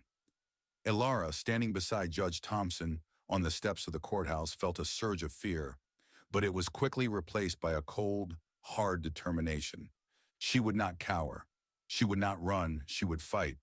She raised her pistol, her hands steady, her eyes focused, and joined the battle. The town's citizens, armed and ready, responded with a fierce resistance. They had been warned, they had been prepared, and they were determined to defend their homes, their lives, their freedom. Gunfire echoed through the streets, bullets whizzed through the air, and the screams of the wounded mingled with the shouts of the combatants. Judge Thompson, his face grim, his voice authoritative, directed the defense, his deputies fighting bravely alongside him. He was a man of the law, but he was also a warrior, a leader, a man who would not hesitate to defend justice with force. Alara fought with a courage she hadn't known she possessed. She moved through the streets, seeking cover, returning fire, her pistol shots surprisingly accurate. She was driven by a primal instinct to survive, to protect, to avenge. She saw several of Samuel's men fall, struck down by her bullets, by the bullets of the town's defenders. She felt a grim satisfaction, a sense of justice being served, but it was tempered by the horror of the violence, the senselessness of the bloodshed. As the battle raged, Alara searched for Samuel, her eyes scanning the chaos, her heart pounding with a mixture of fear and anticipation. She knew he was out there, somewhere, directing the attack, pulling the strings, manipulating events to his own advantage. Suddenly she saw him. He was standing on the roof of the saloon, across the street from the courthouse, his prized rifle in his hands. He was aiming not at the general melee, but at a specific target. Judge Thompson. Alara's blood ran cold. She knew instantly what he was planning. He was going to assassinate the judge, to remove the one man who stood between him and his twisted ambitions. "Judge!" she screamed, her voice hoarse with desperation. "Look out!" But it was too late. Samuel fired, the shot echoing through the streets, and Alara saw the judge stagger, his body jerking with the impact. He clutched his chest, his face contorted in pain, and crumpled to the ground. Alara rushed to his side, her heart filled with horror and despair. She knelt beside him, her hands trembling, as she tried to assess his wound. It was bad, a gaping hole in his chest, blood pouring out, staining his shirt a crimson red. Judge, can you hear me?" she cried, her voice choked with emotion. The judge opened his eyes, his gaze flickering, his breathing ragged. He looked at Alara, a faint smile touching his lips. You were right. About him," he whispered, his voice weak.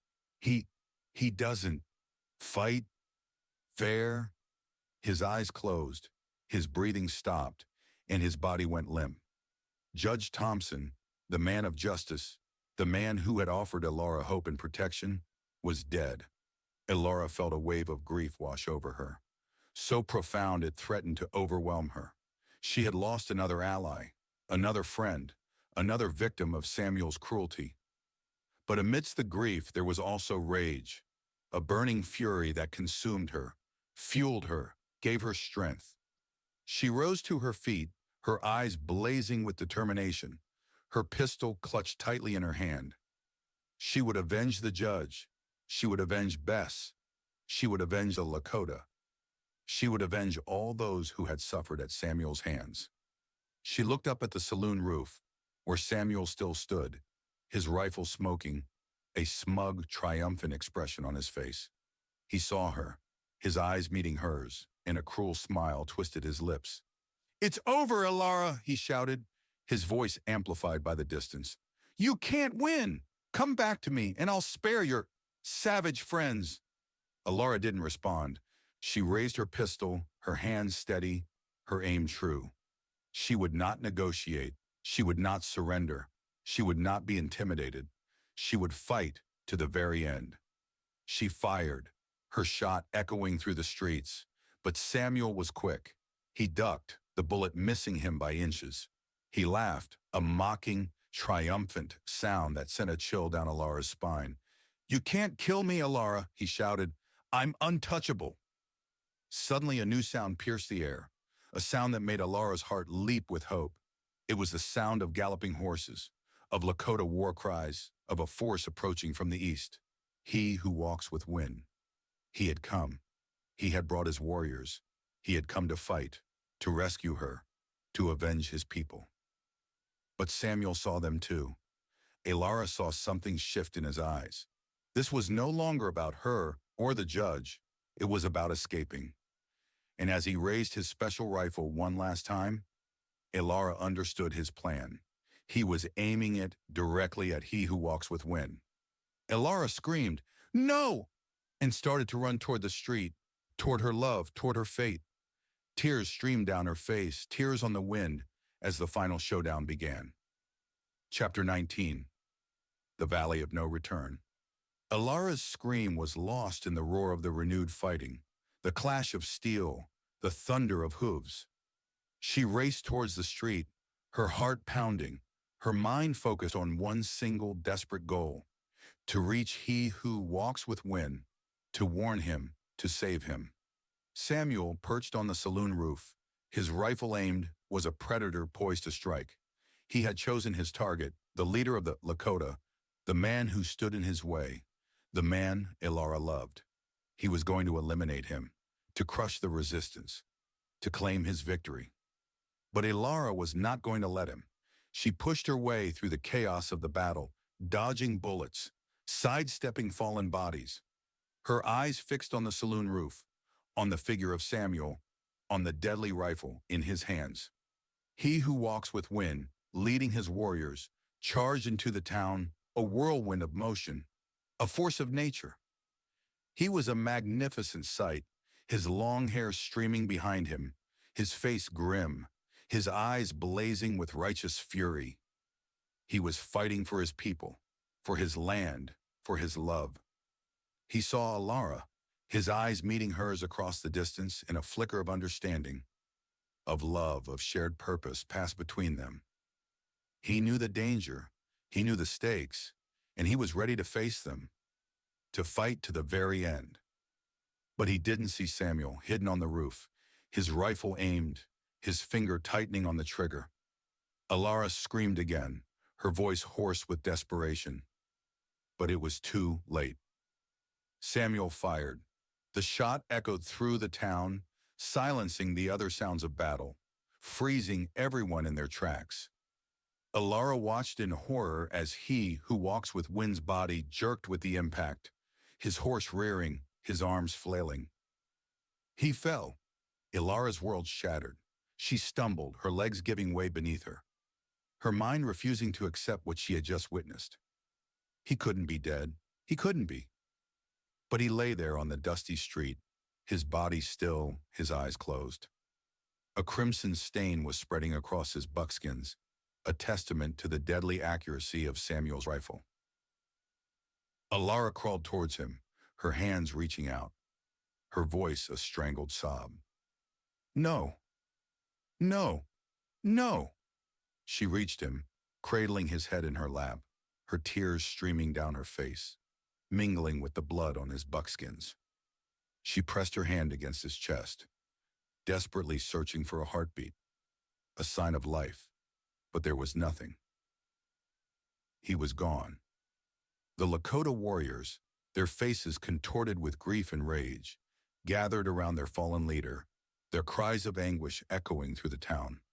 The battle had stopped, the fighting silenced, replaced by a profound, overwhelming sense of loss. Samuel, seeing his opportunity, slipped away from the roof, disappearing into the chaos, his escape unnoticed amidst the grief and confusion. He had achieved his goal. He had struck down his enemy. He had claimed his victory. But his victory was short-lived. Elara, fueled by a grief so profound, so overwhelming, that it transformed into a cold, burning fury, rose to her feet. She looked at the fallen form of the man she loved, at the faces of the grieving Lakota, and a steely resolve hardened her heart. She would not let Samuel escape. She would not let his crimes go unpunished. She would avenge he who walks with wind. She would avenge the Lakota. She would avenge all those who had suffered at his hands. She picked up he who walks with wind's knife, the long, curved blade still warm from his touch, and turned towards the direction Samuel had fled. She knew where he would go. He would head for the hills, for the open prairie, for the freedom he thought he had secured. But there was one place he would likely stop, a place to get fresh horses, to gather supplies. The place it had all begun, Havens Creek, the misnamed settlement, which had been anything but. She did not know if she had the strength, if she had the skill, but she knew that had to try. The Lakota were mourning. It was up to her. She started to walk, and as she walked, she began to run, and her running carried her out of town, out towards the open plain, out to the place where she would have her final encounter with the man who had destroyed her life. Elara, running and crying. Elara filled with a terrible resolve. The valley of no return lay ahead, and Elara knew with a certainty that chilled her to the bone that either she or Samuel, or perhaps both, would not be coming back. Chapter 20. The Dawn of Sacrifice. Elara arrived at Havens Creek as the first light of dawn was painting the sky with streaks of gray and pale pink. The settlement, usually quiet and desolate, was eerily silent, deserted. Its few inhabitants, sensing the coming storm, had likely fled, seeking safety elsewhere. She moved through the empty streets, her senses on high alert, her hand gripping he who walks with wind's knife. Its familiar weight a source of both comfort and sorrow. She knew Samuel was here somewhere, waiting for her, or perhaps preparing to flee. She checked the stables first, her heart sinking as she found them empty. He had already been here, taken fresh horses, prepared for his escape. But she wasn't giving up. She wouldn't let him get away. She searched the other buildings, the saloon, the general store, the abandoned shacks, her footsteps echoing in the silence, her heart pounding with a mixture of dread and determination. She found signs of his recent presence: a discarded cigar butt, a half-eaten meal, a trail of muddy footprints, but no sign of the man himself. Then she saw it, a flicker of movement in the distance, near the edge of the settlement, where the prairie stretched out towards the horizon. It was him, Samuel. He was leading 2 horses, saddled and ready, preparing to make his escape. Elara's heart leaped with a surge of adrenaline, of cold, hard fury. This was it, the final confrontation, the moment of reckoning.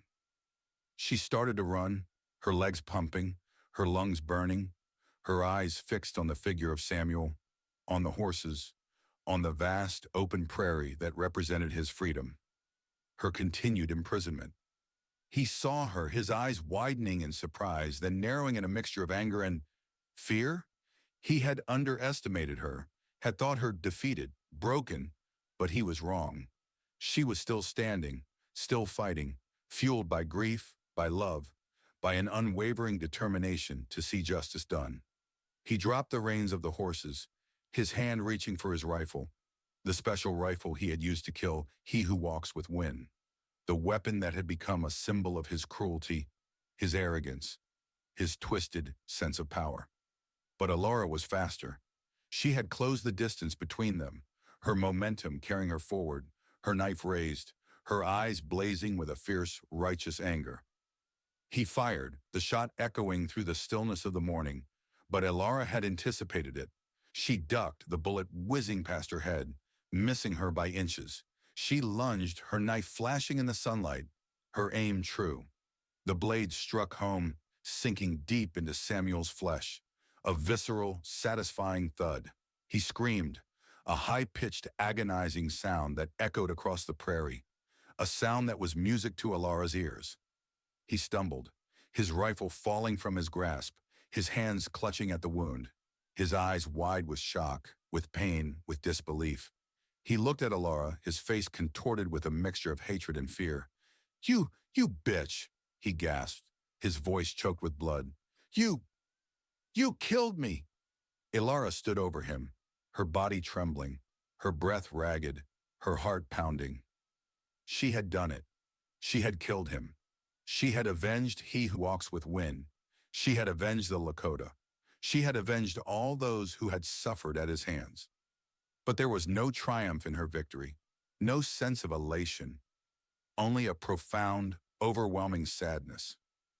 The man she had loved was gone, the village he had protected was destroyed, and the future was uncertain, bleak.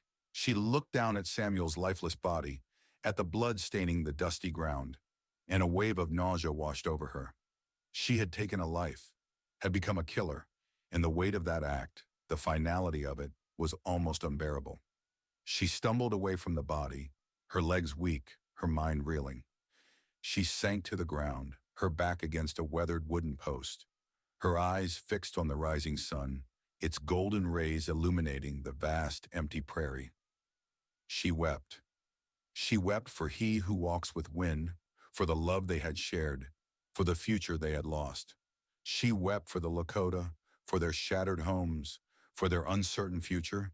She wept for Bess, for Judge Thompson, for all the victims of Samuel's cruelty. And she wept for herself, for the innocence she had lost, for the violence she had embraced, for the burden she would carry for the rest of her life. As the sun climbed higher in the sky, casting its warm rays upon the desolate scene, Alara heard the sound of approaching horses. She looked up, her eyes red and swollen, her body weary, her spirit broken. It was the Lakota, Tala's son, and a small group of warriors.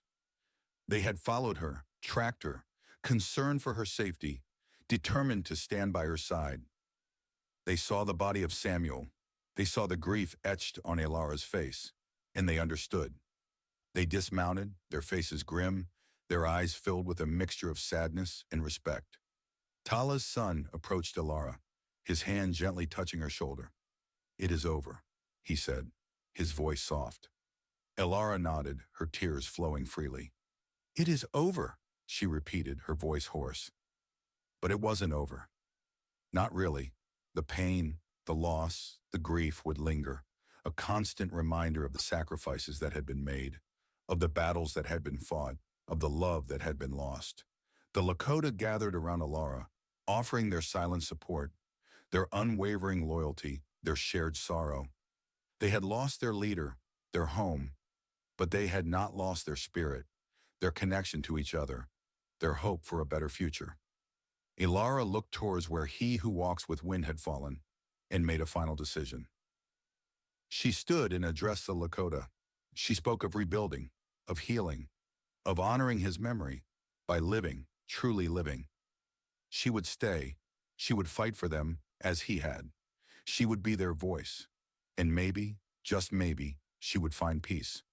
The dawn of sacrifice had broken, and a new, uncertain future began. Epilogue. The whispers remain. Years passed, the seasons turned, the prairie bloomed and withered, and the wounds of the past slowly began to heal. Alara remained with the Lakota, true to her word. She became a bridge between two worlds, a voice for the voiceless, a champion for justice and understanding. The sacred place in the mountains became their new home, a sanctuary where they could rebuild their lives, preserve their traditions, and honor the memory of those they had lost. Alara learned their ways, their language, their customs, and she, in turn, taught them hers. She became a respected member of the tribe, a trusted advisor, a beloved friend. She never forgot he who walks with Win. His memory lived on in her heart, a constant reminder of the love they had shared, the sacrifices they had made, the battles they had fought.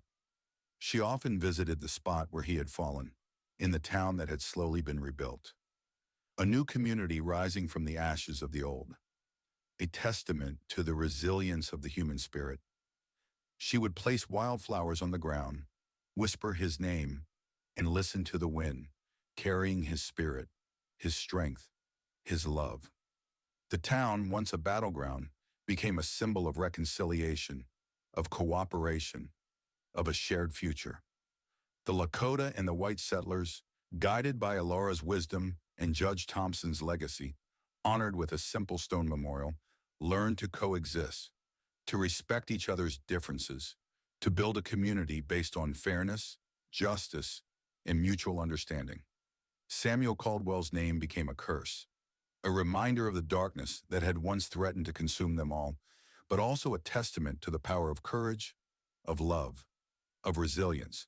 His ill-gotten wealth was seized, used to compensate the victims of his crimes, to rebuild the Lakota village, to establish a fund for the education of Native American children. Elaura never remarried. She carried the torch of he who walks with wind's love in her heart, a flame that could never be extinguished. She found solace in her work, in her friendships, in her connection to the land, in the quiet moments when she could commune with the spirits of the past. She became a storyteller, sharing the tales of her life, of the Lakota, of the struggles and triumphs of a people caught between two worlds.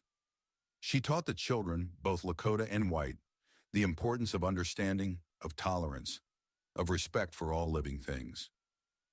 One evening, many years after the events that had shaped her life, Elaura sat by the river in the Sacred Valley, the same river where she had first truly connected with he who walks with wind. She was an old woman now, her hair silvered, her face etched with the lines of time and experience, but her eyes still held the spark of the fierce, independent spirit that had led her on her improbable journey. The sun was setting, casting a golden glow over the mountains, painting the sky in hues of orange, red, and purple.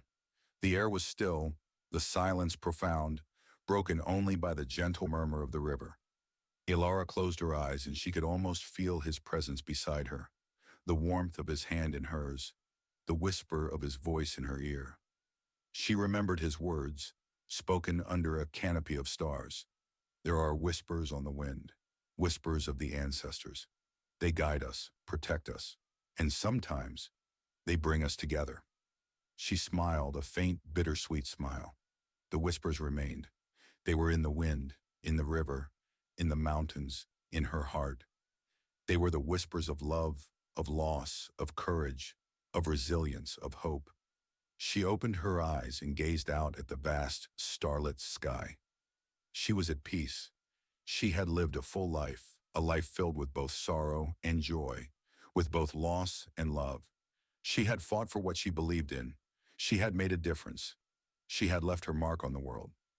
And as the stars twinkled above her, Elaura knew that her journey was not over.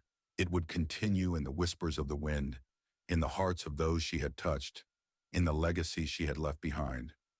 The story had ended, but the whispers would always remain.